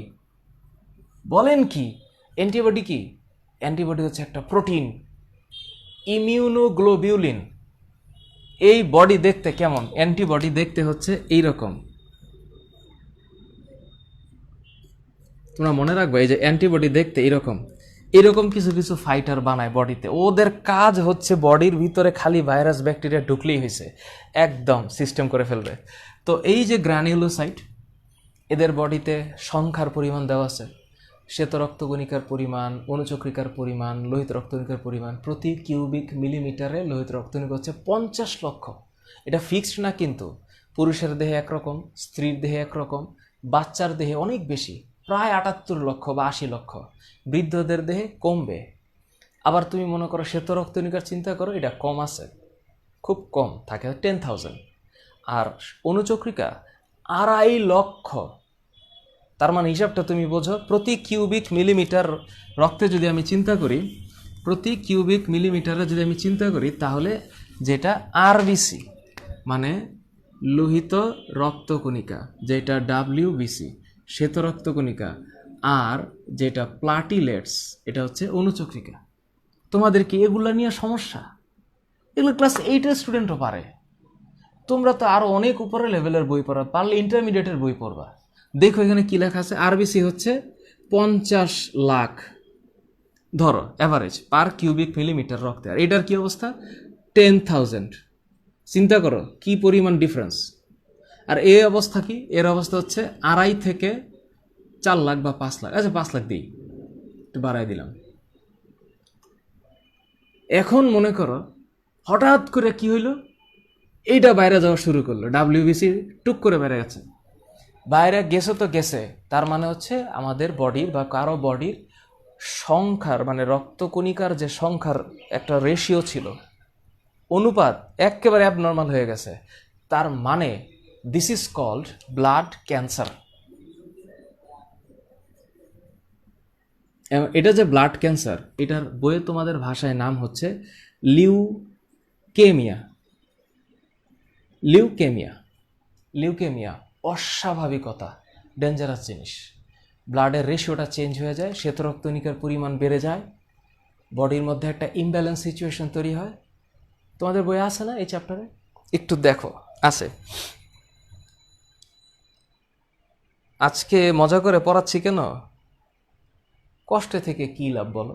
কষ্টে থাকলে কি কেউ মানে কষ্ট শেয়ার করা যায়? আনন্দ শেয়ার করা যায়। তো তোমাদের সাথে যদি একটু মজা নাই করতে পারলাম, কেমন করে হবে? Let study with good mind. Blood cancer, leukaemia এগুলো আছে তোমাদের বইয়ে। আচ্ছা, কোথায় যেন পড়াবো এখন? কি তোমরা কি বুঝছো? বোঝা গেছে? আসলে পড়াটা তোমাদের বইয়ে যা আছে এর চেয়ে অনেক বেশি পরিমাণে তোমাদের জানার ইচ্ছা থাকা উচিত, অনেক ইচ্ছা থাকা উচিত। আবিষ্কার বা ইনভেনশন একটা মজার জিনিস। ইনভেনশন, একটা নতুন কিছুর আবিষ্কার করার প্রথম লক্ষ্য বা শর্ত হচ্ছে, বলতে পারবা কি? ইনভেনশনের প্রথম শর্ত কি? কনফিউশন। মানে কি বললেন এটা? হ্যাঁ, নিউটন যখন আপেল গাছের নিচে পড়েছিল, তখন আপেল তো নিচেই পড়তে থাকে, নিচেই পড়তে থাকে। যে কারো কাছে এটা নর্মাল বিষয় ছিল যে আপেল তো উপর থেকে পড়লে নিচেই পড়বে। কিন্তু নিউটনের মাথায় কি ছিল? বাপরে, এটা এত জায়গা থাকতে নিচে পড়লো কেন? Then the question arise, oh my god, why? এটা নিচের দিকেই পড়তে হবে কেন? এটা তো উপরেও যেতে পারতো। Then it was a confusion. Then the greatest thing was invented, যে this is gravity. তো এটা থাকাটা ভালো, ইট ক্রিয়েটস আ কোয়েশ্চেন। তবে কনফিউশনের কিছু গ্রামার আছে, উল্টাপাল্টা প্রশ্ন করলে হবে না, যে এটার নাম নাক কেন, এটার নাম কান কেন, এটা কেমন কথা? ওয়েল, একটা লেভেলে যাওয়া উচিত, and then things are like that. এখন প্রশ্ন হচ্ছে, স্যার তাহলে আমাদের বডিতে যে হৃৎপিণ্ড আছে এটা কেমন, এটা কতটুকু? এটা স্যার ধরেন 250 গ্রাম।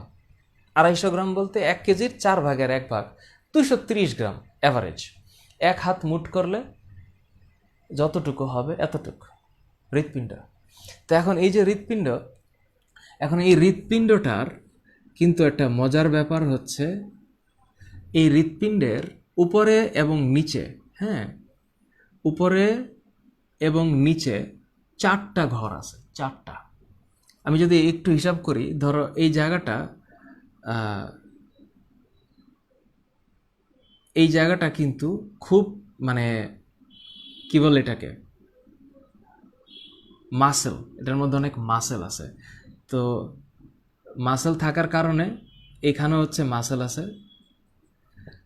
আমি তোমাদেরকে কিভাবে দেখাই, শর্টকাট দেখাই। আচ্ছা, ধরো তোমরা নিঃসন্দেহে বুঝতেছ যে হৃৎপিণ্ডের উপরে এবং নিচে 2টা বড় বড় শিরা থাকে, শিরা।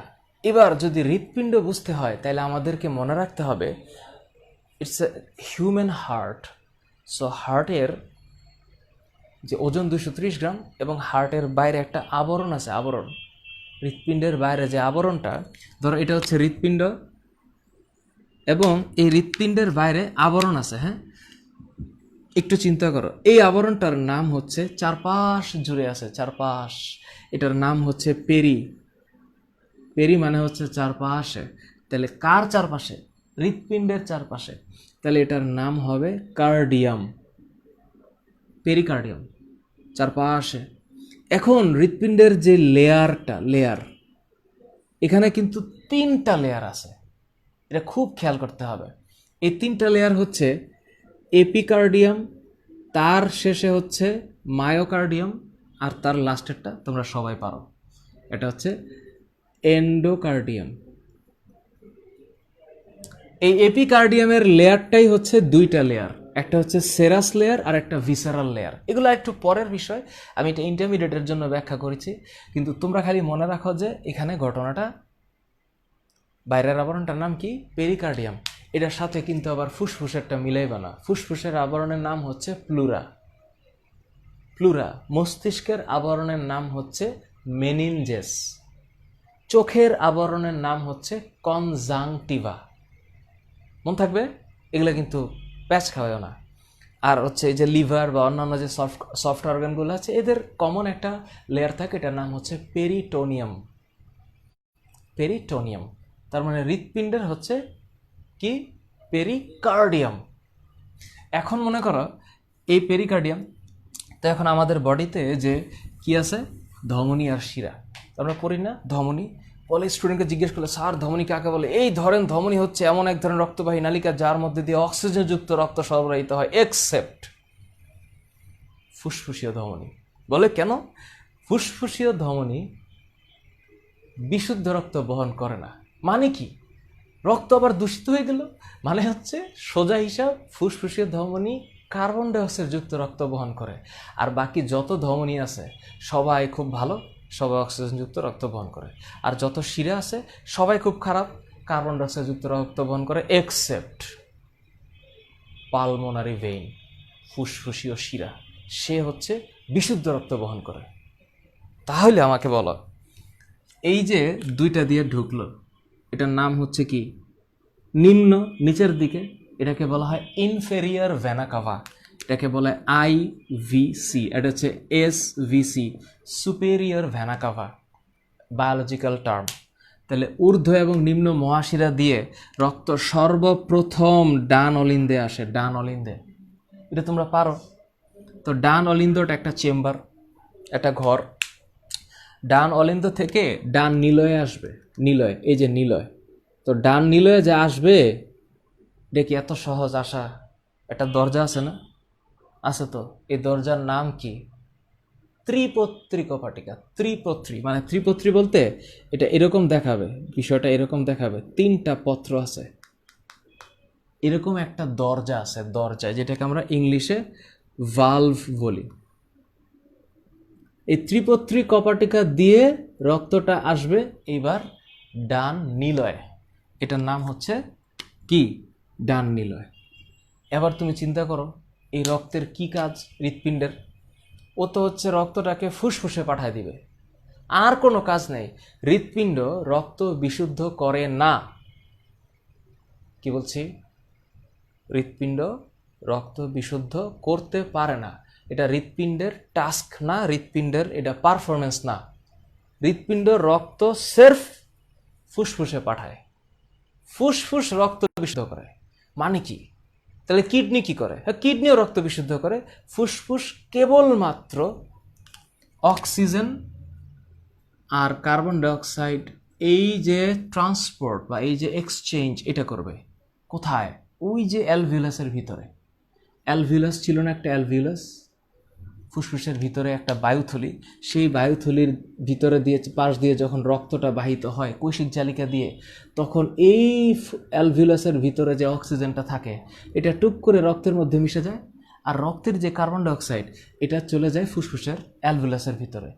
এই যে আদান প্রদান, এই আদান প্রদানের মাধ্যমে রক্ত বিশুদ্ধ হয় ইনিশিয়ালি ফুসফুসের মাধ্যমে। এখন তুমি চিন্তা করো যে এটা হচ্ছে হৃৎপিণ্ড আর এটা হচ্ছে ফুসফুস। তাইলে এই যে একবার হৃৎপিণ্ড থেকে ফুসফুসে যায়, আবার ফুসফুস থেকে হৃৎপিণ্ডে আসে, তাহলে ফুসফুস থেকে হৃৎপিণ্ডে আসে, তাইলে ঘটনাটা কি ঘটতেছে? একবার যাইতেছে, আরেকবার আসতেছে, দুইটার জন্য দুইটা আলাদা রাস্তা। হৃৎপিণ্ড থেকে যেই নালীটা ফুসফুসে নিয়ে যাচ্ছে, এই যে এখন নিয়ে যাবে, এটা হচ্ছে ফুসফুসীয় ধমনী করে। কে করে? ধমনী। মানে মানে এখন যে রক্তটা আইলো, এই রক্তটা তো কার্বন ডাইঅক্সাইড যুক্ত রক্ত, রাইট? কার্বন ডাইঅক্সাইড যুক্ত রক্ত, এটা ফুসফুসে যাওয়া লাগবে। এই যে ফুসফুসে যাবে, ফুসফুসে গিয়ে তো এই যে অক্সিজেন আর কার্বন ডাইঅক্সাইডের একটা ঘটনা ঘটাবে দুইজন। এখন যে ঘটনাটা ঘটাইলো, সেই ঘটনা ঘটানোর পরে এই ফুসফুস কি করবে? রক্তটাকে আবার হৃৎপিণ্ডে দিয়ে দিবে না? হৃৎপিণ্ডে যে দিবে, এই দিবে হচ্ছে এখন এখানে, এই যে এখানে, এটার নাম হচ্ছে বাম অলিন্দ। এইবার এই বাম অলিন্দে আসার আগে এখানে কিন্তু ফুসফুসীয় শিরা আছে। এই ফুসফুসীয় শিরা এখানেও আছে, আর এই যে এই পাশ দিয়ে ফুসফুসীয় শিরা আছে এখানে ঢোকে। তার মানে দুই পাশ দিয়ে চ্যানেল আছে, এটা দেখা যায় না এটার জন্য। তার মানে এই যে ফুসফুসীয় শিরা, এটা দিয়ে কিন্তু বিশুদ্ধ রক্ত আসতেছে কোথায়? 3 নম্বরে, মানে বাম অলিন্দে। তাইলে ডান অলিন্দ যখন দূষিত রক্ত দিয়ে ভরে, ঠিক তখন ফুসফুসের যেই বিশুদ্ধ রক্তটা ছিল সেইটা বাম অলিন্দে আসে। দ্যাট মিনস, একটু মনে রাখো, দুইটা যে অলিন্দ, বাম আর ডান অলিন্দ, ডান অলিন্দ বাম অলিন্দ, এই দুইটা একসাথে ভরে, একসাথে। এটা হচ্ছে দূষিত দিয়ে ভরে, এটা বিশুদ্ধ দিয়ে ভরে। এই অলিন্দ দুইটা যখন একসাথে ভরে, তখন দুইটা একসাথে চাপ দেয়, তখন টুক করে রক্ত কোথায় আসে? নিলয়ে। এই যে নিলয়ে আসবে। তো যখন এখান থেকে এখানে আসে, তখন এখান থেকে এখানেও আসে। এটার নাম কি? এটার নাম হচ্ছে বাম নিলয়। তার মানে এই ডান অলিন্দ থেকে ডান নিলয় আর বাম অলিন্দ থেকে বাম নিলয় রক্ত একসাথে আসে। মজার ব্যাপার হচ্ছে, ডান অলিন্দ থেকে রক্ত যখন এই কপাটিকা দিয়ে আসে, এটার নাম হচ্ছে ত্রিপত্রী। ডান দিকে 3টা, ডান দিকে 3টা, ডান দিকে 3টা, ত্রিপত্রী কপাটিকা। আর বাম দিকে 2টা, দ্বিপত্রী কপাটিকা, যেটার আরেক নাম হচ্ছে বাইকাসপিড ভালভ। তাহলে আমি যখন ট্রাই বলবো, ট্রাইকাসপিড, ইট মিনস 3টা ডান দিকে। আর যখন আমি শব্দটার মধ্যে বাই লাগাবো, bi, it means 2, bicuspid valve, এটার আরেক নাম হচ্ছে মাইট্রাল ভালভ।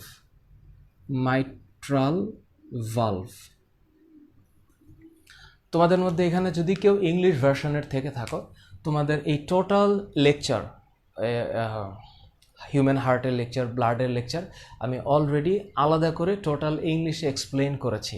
তোমাদের যারা ইংলিশ ভার্সনে, তাদের এই বাম অলিন্দ ডান অলিন্দ ত্রিপত্রী কপাটিকা বুঝতে কষ্ট হওয়ার কথা।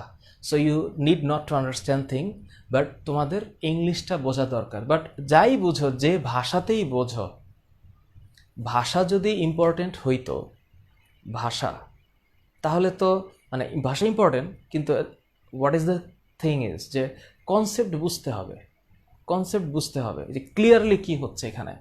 তোমাদের আলাদা ভিডিও আমি ফাহাদস টিউটোরিয়াল আমার ইংলিশ ভার্সনের চ্যানেলে আলাদা করে দিয়েছি, এবং ওই কারণে তোমরা ওই জায়গাটায় ফলো করবা যদি বাংলা বুঝতে তোমাদের কষ্ট হয়। আর যদি কষ্ট না হয় তাহলে এই লেকচার ওকে, ইংলিশে কনভার্ট করে নিবা। বাট আমার কাছে মনে হয় সাইকোলজিক্যালি যে তোমরা যারা ইংলিশ ভার্সন এবং ইংলিশ মিডিয়ামের আছো, তোমরা এই বাংলাটা শুনলে বা ভাবলে হয়তো তোমাদের লিখতে সাইকোলজিক্যাল একটা ব্যারিয়ার থাকার কথা। So I hope and I recommend you to learn and hear everything in English, think in English, write in English, see in English. ঘটনা কি ক্লিয়ার? তার মানে অলিন্দ দুইটা একসাথে ফলে আর নিলয় দুইটা একসাথে ফলে। এস এম প্রিন্স, আমি আগেও বলেছি এই ধরনের কমেন্ট আসলে একটু সরাই ফেলবা, তাহলে তো কারো কমেন্ট দেখতে হয় না। কি কষ্ট করে তুমি যারা কমেন্ট করছে দেখো, আমি তো একদম কমেন্ট না পড়ে শুধু লেকচার দিচ্ছি। কারণ আমি কেন দিচ্ছি, কারণ আমার কাছে মনে হচ্ছে যে যারা কমেন্ট করতেছে ওদের কমেন্টের উত্তর হয়তো এমনি এমনি চলে আসবে, ওরা উত্তর পেতে থাকবে সামনে।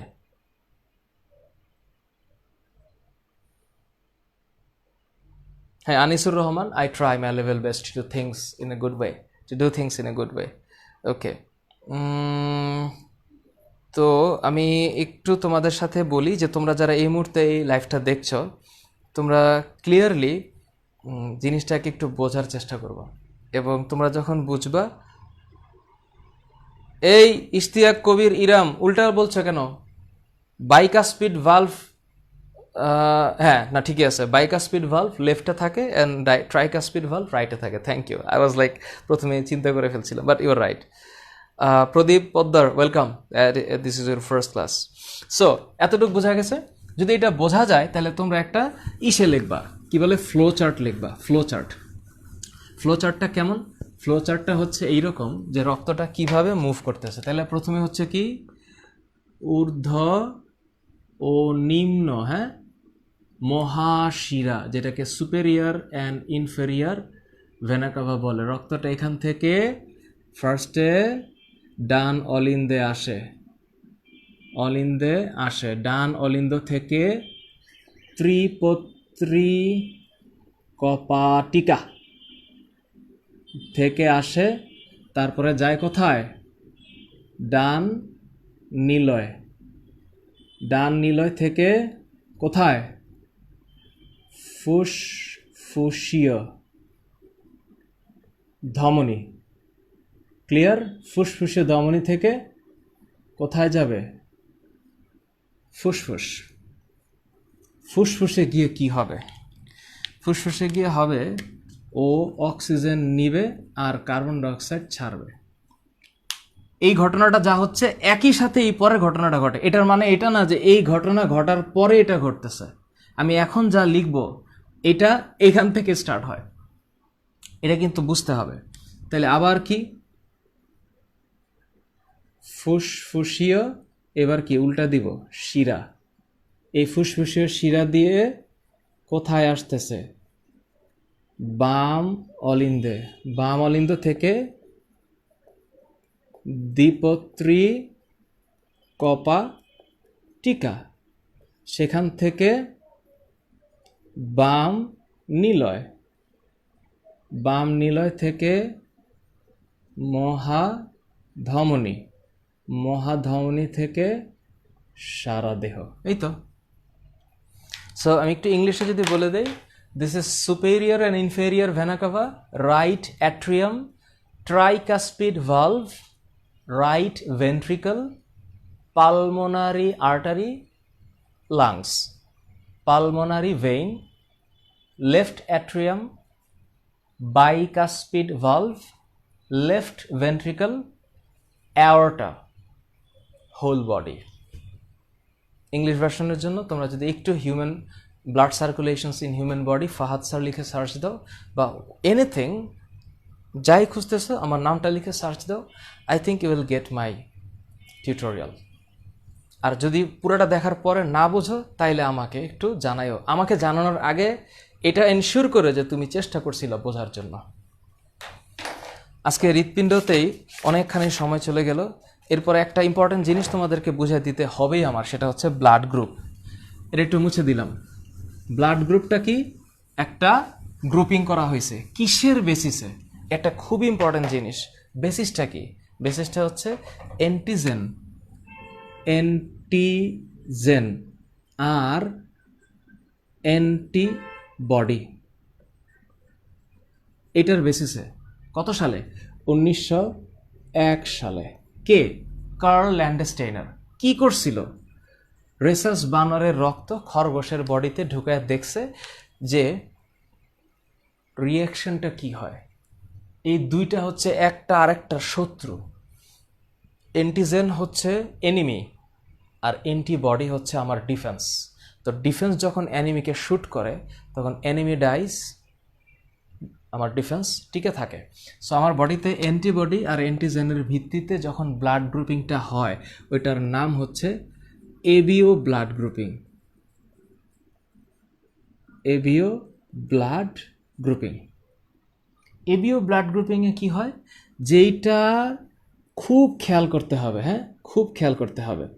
মনে করো যে এটা ধরো 1 2 3 4, যেটা অ্যান্টিজেন, অ্যান্টিজেন আর হচ্ছে অ্যান্টিবডি। আমি খুব সহজ করে বলতেছি, এটা হচ্ছে ধরো গ্রুপ। যার রক্তে এ অ্যান্টিজেন আছে, যার রক্তে এ অ্যান্টিজেন আছে, তোমাদের বডির বই আছে এটা, যার রক্তে এ অ্যান্টিজেন আছে, এ টাইপ অ্যান্টিজেনটা আছে, সে এ গ্রুপের পেশেন্ট, মানে এ গ্রুপের পারসন। এই অ্যান্টিজেনকে চিনবে না কে? সে। সুতরাং এরা দুজন সুখে শান্তিতে থাকবে। কিন্তু এখানে যদি এটা থাকতো, শেষ, হবে না কিচ্ছু। এ কারণে এখানে এমন একটা অ্যান্টিবডি থাকবে যে এটা ওকে চিনবে না। তো so there is no reaction possible in that case. যার বডিতে বি অ্যান্টিজেন আছে, তাহলে তার রক্তের গ্রুপ বি, তাহলে আল্লাহর রহমতে তার অ্যান্টিবডি এ। তাহলে যার রক্তে দুইটা অ্যান্টিজেনই আছে, মাশাআল্লাহ, তাহলে তার বডিতে কোনো অ্যান্টিবডি থাকার চান্স নাই, সে এবি রক্তের গ্রুপ। এবং এই ব্যক্তি মাশাআল্লাহ সে সবার কাছ থেকে রক্ত নিতে পারবে। কি কিউট একটা বিষয়, কারণ তার কোনো অ্যান্টিবডি নাই। এই কারণে এবি রক্তের গ্রুপ সবার কাছ থেকে রক্ত নিবে, ও হচ্ছে ইউনিভার্সাল রিসিভার। আর এই যে এক ব্যক্তি, ও মানে জিরো, নাই, ওর কোনো অ্যান্টিজেনই নাই, তার বডিতে দুইটা অ্যান্টিবডি আছে, তাহলে এই ব্যক্তি কি করবে? সে সবাইকে রক্ত দিবে। ও হচ্ছে ইউনিভার্সাল ডোনার, কারণ ওর তো কোনো অ্যান্টিজেনই নাই, ওর বডিতে কোনো প্রবলেমই নেই, ও অ্যান্টিজেন বলতে কি এনিমিই নাই। তো ও গ্রুপের রক্ত যে নেগেটিভ সে দিতেই থাকবে। তোমাদের বইয়ে দেখো, তোমাদের বইয়ের মধ্যে এরকম একটা চার্ট দেওয়া আছে না? তুমি একটু খেয়াল করে দেখো, ও নেগেটিভ সবার শেষে। কেন? কারণ ও নেগেটিভ উপরের সবাইকে রক্ত দিতে পারবে, কিন্তু কারো কাছ থেকে রক্ত নিতে পারবে না। দেখো ওর ডান দিকে কেউ নাই। আবার দেখো এবি পজিটিভ সবার কাছ থেকে রক্ত নিতে পারবে, সবার কাছ থেকে, কিন্তু কাউকে দিতে পারবে না। কি একটা মানে অবস্থা। এবি নেগেটিভ যে, ও শুধু নেগেটিভের কাছ থেকে রক্ত নিতে পারবে। খেয়াল করে দেখো, এবি নেগেটিভ যে, ও হচ্ছে তো সবার কাছ থেকে নিতে পারে, দিতে পারে না কাউকে, কিন্তু এবি নেগেটিভ এবি পজিটিভকে দিতে পারবে, এবি নেগেটিভ এবি পজিটিভকে দিতে পারবে, কারণ তার রেসাস ফ্যাক্টর নাই বডিতে। খুবই মজার একটা বিষয়, রেসাস ফ্যাক্টরটা নাই। আচ্ছা, এই যে এখন শুরু হয়েছে কার রক্তের গ্রুপ কি, আমার রক্তের গ্রুপ এ পজিটিভ। ওকে, আমি আল্লাহর রহমতে অশেষ কৃতজ্ঞতার সহিত এখন পর্যন্ত 13 বার ব্লাড দিয়েছি। তোমাদের মধ্যে যদি কারো বয়স 18 না হয় তাহলে ব্লাড না দেওয়া উচিত, ব্লাড দেওয়ার দরকার নাই ইন এ সেন্স। এটা ডিপেন্ড করে, পার্সন টু পার্সন অনেক ভ্যারি করে। তবে যদি অ্যাকচুয়ালি কারো ব্লাড দরকার হয় 18 বছরের পরে, যখন পূর্ণবয়স্ক একটা মানুষ সে রক্ত দিতে পারে, এবং রক্ত দেওয়াটা ভালো, এটা পুণ্যের কাজ, এটা সোয়াবের কাজ, এটা শুধুমাত্র উপর আল্লাহ তাআলা দেখবে, আর কারো কাছ থেকে কিছু আশা করার দরকার নেই। তুমি একটা মানুষকে বা একটা পার্সনকে রক্ত দিয়ে বাঁচাইলা বা সেভ করলা, এটার রেজাল্ট শুধুমাত্র সৃষ্টিকর্তাই দিবে। এবং ইউ নো দ্যাট জাররাতুন শাররাইয়ারা, কোরআন শরীফে আছে যে বিন্দু মাত্র কাজের প্রতিদান আল্লাহ তাআলা দিবে। এবং he is watching everybody, he is watching everyone. সুতরাং আমাদের জীবনে আমরা যত গুনাহ করেছি আল্লাহর কাছে ক্ষমা চাইব। অবশ্যই আল্লাহ আমাদেরকে ক্ষমা করেন, বিকজ আল্লাহ কি রাজ্জাক, এবং উনি রিজিক দান করেন, গফফার, ক্ষমাশীল। সো সব কিছুর ক্ষেত্রে আমরা কি বলি, আমরা রহমত প্রত্যাশা করি যে আল্লাহ আমাদেরকে ভালো কিছু দিবেন। কারণ যে ভালো করে, ভালো কাজ করে, তার সাথে অলওয়েজ ভালো কিছু হবে। যদি খারাপ কিছু হয় তাহলে বুঝে নিতে হবে ইটস আ টেস্টিং টাইম। তবে আবার বোকা সাজা যাবে না। নিজের বোকামির কারণে যদি কারো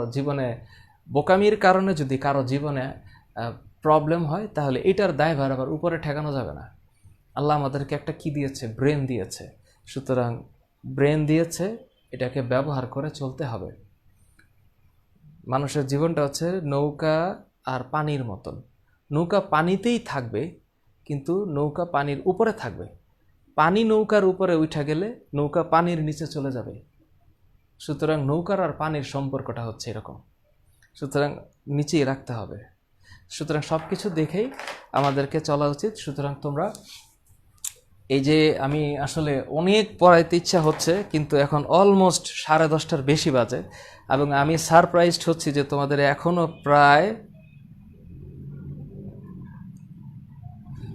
এই যে একজন জেবুন্নাহার আক্তার, ইটস নট রাইট, এই ধরনের কমেন্ট করলে হবে না। হোপফুলি তুমি নেক্সট লাইভে থাকতে পারবে না। ওকে, আচ্ছা লাইভটা শেষ হোক, তারপর ওকে দেখছি আমি। ওকে, হ্যাঁ, সৌরভ কুমার পাল, রক্ত দিচ্ছি, রক্ত আরও দিব। হ্যাঁ ঠিক আছে, কিন্তু এটা কেমন যেন একটা অন্য ধরনের হয়ে গেল বিষয়টা। রক্ত দাও, কিন্তু একটা পিরিয়ডিক টাইম মেনটেন করে দিতে হবে। আবার নিজেকে দেউলিয়া করে আরেকজনকে ধনী করাটা বোকামি, এটা মাথায় রাখতে হবে। সো এটা বোঝা গেল। যদি এটা বোঝা যায় তাহলে 145, 46, 47 পেজে তোমাদের বইয়ে এটা আছে না, এই যে ধমনী শিরার পার্থক্য, এই ছকটা লিখবা। এই যে দেখো এখানে উৎপত্তি এবং সমাপ্তি লেখা আছে। ধমনীর উৎপত্তি কোত্থেকে? হৃৎপিণ্ড থেকে। উৎপত্তি হৃৎপিণ্ড থেকে, সমাপ্তি কৈশিক জালিকায়। আর শিরার উৎপত্তি কৈশিক জালিকা থেকে, সমাপ্তি হৃৎপিণ্ডে। রক্তপ্রবাহের দিক ধমনীর হচ্ছে হৃৎপিণ্ড থেকে দেহের দিকে, আর শিরার হচ্ছে সারা দেহ থেকে হৃৎপিণ্ডের দিকে। রক্তের প্রকৃতি ধমনীর সাধারণত না, প্রধানত অক্সিজেনযুক্ত রক্ত বহন করে, আর শিরা কার্বন ডাইঅক্সাইড যুক্ত রক্ত বহন করে। প্রাচীর, ধমনীর প্রাচীরটা মোটা হয়, আর শিরার প্রাচীরটা সরু হয় বা চিকন হয় বা পাতলা হয়। ভিতরের নালীপথ, ধমনীর ভিতরের যে নালীপথটা আছে সেটা চিকন হয়। কারণ কি? কারণ এটা যেই সার্কেলটা, এই সার্কেলটার ভিতরে অতিরিক্ত পরিমাণে কি থাকে, লেয়ার থাকে। এটার নাম তো মনে আছে তোমাদের, টিউনিকা এক্সটার্না, বাইরের লেয়ারটা টিউনিকা এক্সটার্না। তারপরে হচ্ছে টিউনিকা কি intima, tunica media, tunica intima. তার মানে 3টা লেয়ার আছে, এই 3টা লেয়ার দিয়ে ধমনীর যে লেয়ারটা সেটা খুব মোটা হয়ে যায়, ধমনীর প্রাচীরটা খুব মোটা, এবং এই কারণে ওর ভিতরের যে লুমেন বা ভিতরের যে ছিদ্রপথ এটা সরু, আর শিরার প্রাচীরটা পাতলা হয়, এই কারণে ওর ভিতরের নালীপথটা প্রশস্ত। সুতরাং ভিতরের নালীপথ ধমনীর ক্ষেত্রে হচ্ছে সরু আর শিরার ক্ষেত্রে হচ্ছে প্রশস্ত। কপাটিকা, ধমনীতে কপাটিকা নাই, ক্লিয়ার? শিরাতে কপাটিকা থাকে। কপাটিকা কি? ভালভ। মাইন্ড ইট, শিরার ভিতর দিয়ে যখন রক্ত ফ্লো করবে তখন ব্যাক ফ্লো হবে না। This is very important. কেন? কারণ শিরা রক্তটাকে নিয়ে আসে কোথায়? হৃৎপিণ্ডের দিকে। এখন যদি হৃৎপিণ্ড থেকে উল্টা বডির দেহে যায় তাহলে দূষিত রক্ত বডিতে মিশে যাবে। So this is not a good thing. সৃষ্টিকর্তা খুব সুন্দর করে হিউম্যান বডিটাকে বানাইছে, নট অনলি হিউম্যান বডি, পুরা সৃষ্টি জগৎকে সুন্দর করে বানাইছে। এখন এটা কে বুঝবে? একটা অজ্ঞান ব্যক্তি যে মূর্খ সে বুঝবে না। যে চিন্তা করবে, যে করছে কিভাবে হিউম্যান বডিতে এই কাজগুলো হয়, সে ভাববে। এই কারণে বলা হয়েছে যে জানে আর যে জানে না সে কখনো এক হইতে পারে না। এবং এই জানার কাজ ইজ নট ইজি, কষ্ট করতে হয়। এ কারণে তোমরা যখন এগুলা জানবা তখন তোমাদের মাথায় হিট করবে যে yes, there is someone who has created things so beautifully, এবং আমাদের তার কাছে আবার ফিরে যেতে হবে, because we have been given a life, যেটাতে আমাদের কিছু করতে হবে। তো যখন আমরা পড়ব তখন আমাদের ব্রেনটা আস্তে আস্তে চিন্তা করা শিখবে, and that is Y study. এরপরে রক্তচাপ, স্ফিগমোম্যানোমিটার, সিস্টোলিক, ডায়াস্টোলিক, এগুলো তোমরা বোঝো। কোলেস্টেরল, এলডিএল, এইচডিএল, আমাদের বডিতে হাই ডেন্সিটি লিপোপ্রোটিনটা দরকার। এলডিএল এর তুলনায় এলডিএলটা আমাদের বডির জন্য ভালো না, এইচডিএলটা ভালো। High density lipoprotein is better. তারপরে হচ্ছে আমাদের রক্তে যদি কোলেস্টেরল বেড়ে যায় তার কী কী অসুবিধা আছে? বিকজ আমরা আমাদের এখনকার যে যান্ত্রিক জীবন, আমরা পরিশ্রম, হাঁটা চলা হয় না। তো যার যত শারীরিক পরিশ্রম বা কায়িক শ্রম কম হবে তার জীবন তত ঝুঁকির মধ্যে পড়বে। এ কারণে আমাদের উচিত, আমি ফেসবুক স্ট্যাটাসে লিখেছিলাম যে তোমাদের বাড়ির সামনে যদি খালি জায়গা থাকে, মাঠ থাকে, একটু হাঁটো, একটু দৌড়াও, বডিটা যাতে স্থূল না হয়ে যায়, মোটা না হয়ে যায়, চর্বি যাতে জমে না যায়, ট্রাই। এরপরে হার্ট অ্যাটাকের কথা বলা হয়েছে এবং বাতজ্বরের কথা বলা হয়েছে, এগুলো আমি অলরেডি ব্যাখ্যা করেছি। সো আমি আর লম্বা করতে চাই না আজকের এই ফেসবুক লাইভ। আসলে শুরু করলে থামতে পারবো না। 3-4 ঘন্টা, 6 ঘন্টা, 7 ঘন্টা লেকচার দেওয়া আমার কাছে ব্যাপার না, কারণ আমি অলরেডি এগুলো করেছি। সো সব কিছুর একটা সৌন্দর্য আছে। এই কারণে ফেসবুক লাইভগুলোকে আমি আরেকটু মানে লাইভগুলা করার প্রয়োজন বোধ করছি। কারণ হচ্ছে তোমরা যারা অনেকে আমাকে লিখেছো, এই যে 1100 জন এখনও আছো, দয়া করে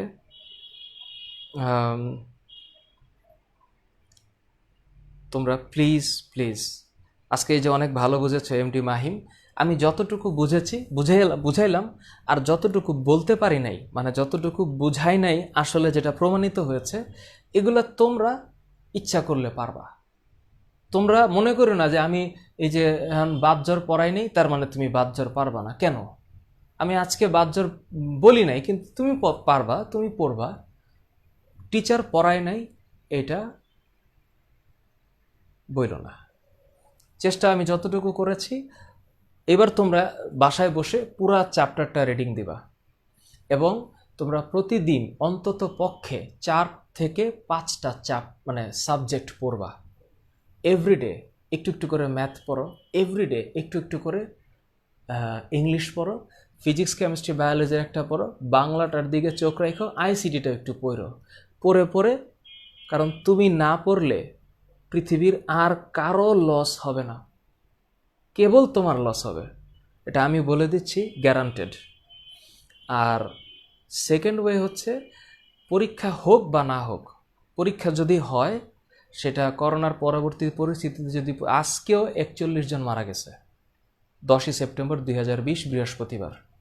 সুতরাং এই করোনার যে গ্রাফ একটা পর্যায়ে যাচ্ছে, সুতরাং পরীক্ষা হোক বা না হোক তোমার টার্গেট থাকবে বইয়ের কোনো কিছু বাদ দিবা না, সেটা এসএসসি হোক, জেএসসি হোক, এইচএসসি হোক, হুয়েভার, বাদ দেওয়া যাবে না। ক্লিয়ার? নেক্সট ক্লাসে ইন্টারমিডিয়েটের ম্যালেরিয়া নিয়ে আলাপ করার কথা রবিবার দিন। ইন্টারমিডিয়েটের ম্যালেরিয়া প্রাণী ও উদ্ভিদ বিজ্ঞানের অণুজীবের একটা অংশ, কিভাবে মানুষের বডিতে ম্যালেরিয়া হয়, মশা কিভাবে কামড় দিলে ম্যালেরিয়া রোগটা হয়, এটা নিয়ে আলাপ করব। সো তোমরা যারা এসএসসি ব্যাচ, আজকে অবশ্যই সবাই ফিজিক্স বায়োলজির এই চ্যাপ্টারটাকে খুব ভালো মতন পড়বা। আমি যে ডায়াগ্রামটা দিয়েছি, হৃৎপিণ্ডের চিত্রটা অনেকেই তোমরা এঁকেছো, আঁকাবা। ব্লাডের যে কম্পোজিশন আছে, যে মানে উপাদানের যেই বর্ণনা আছে, এটা মুখস্থ করবা ভালো করে বুঝে। আর ফিজিক্সের অন্তত পক্ষে প্রতিদিন ফিজিক্সের গাণিতিক যে সমাধান, বিভিন্ন চ্যাপ্টারের যে ম্যাথ, সেটা গাইড বই দেখে হোক, সেটা টেস্ট পেপার দেখে হোক, সেটা অন্য কোনো কিছু যা হোক, বইয়ের সাথে যা আছে তা দেখে দেখে বুঝে প্র্যাকটিস করবা। আর কোনো কিছু না পারলে আমাদের স্কুলের ফেসবুক গ্রুপে তোমরা অনেকেই লিখেছ যে এটা একটু বুঝিয়ে দেন, আমি দেখি যে তোমাদের অনেকেই আবার সেগুলোকে অ্যান্সার করে দাও। তো এটাই তো একটা গ্রুপের বৈশিষ্ট্য। একটা গ্রুপের মধ্যে 5 লক্ষ মেম্বার আছে, এটা কি খুব ক্রেডিটের বিষয় যদি সেই গ্রুপ থেকে সাপোর্ট না পাওয়া যায়? কিন্তু একটা গ্রুপের মধ্যে 500 মেম্বার আছে, কিন্তু 500 মেম্বারের সবাই সবাইকে হেল্প করে, এটা হচ্ছে ক্রেডিটের বিষয়। ওকে, সো এই ধরনের কোয়ান্টিটেটিভ নাম্বার কোনো ম্যাটার করে না। ফেসবুক গ্রুপের মধ্যে কয় হাজার কমেন্ট আসলো ডাজন্ট ম্যাটার। ম্যাটার হচ্ছে তোমার লাভ হয়েছে কিনা, তুমি পড়া বুঝলা কিনা, এটা ম্যাটার। সুতরাং ফেসবুক গ্রুপে তোমরা যারা পোস্ট করো যে কোনো কিছু পারি না, এটা পোস্ট করার আগে চিন্তা করবা যে তুমি কি চেষ্টা করছিলা পড়ার জন্য। যদি তোমার মনে হয় যে এটা আসলে পারছি না, তাইলে একটা ছবি দিয়ে দাও, পোস্ট করে দাও। আর তোমাদের মধ্যে যারা এটার অ্যান্সার পারো, মনে রাখো ও একটা কষ্ট করে পোস্ট দিয়েছে, পারলে উত্তরটা দিয়ে দিও, ওর উপকার হবে, সওয়াব হবে। সুতরাং আমি আজকের মতো বিদায় নিচ্ছি, দেখা হবে নেক্সট ক্লাসে। এবং তোমাদের প্রত্যেকে অসংখ্য ধন্যবাদ আমার এই জন্মদিনে তোমাদের দোয়া এবং তোমাদের আশীর্বাদ, তোমরা যাই আমাকে করেছো, আমি এটার জন্য তোমাদের কাছে কৃতজ্ঞ, সৃষ্টিকর্তার কাছে কৃতজ্ঞ। আগামী লাইভে দেখা হবে। ভালো থাকো, লেখাপড়া চালিয়ে যাবা। Take care. আসসালামু আলাইকুম।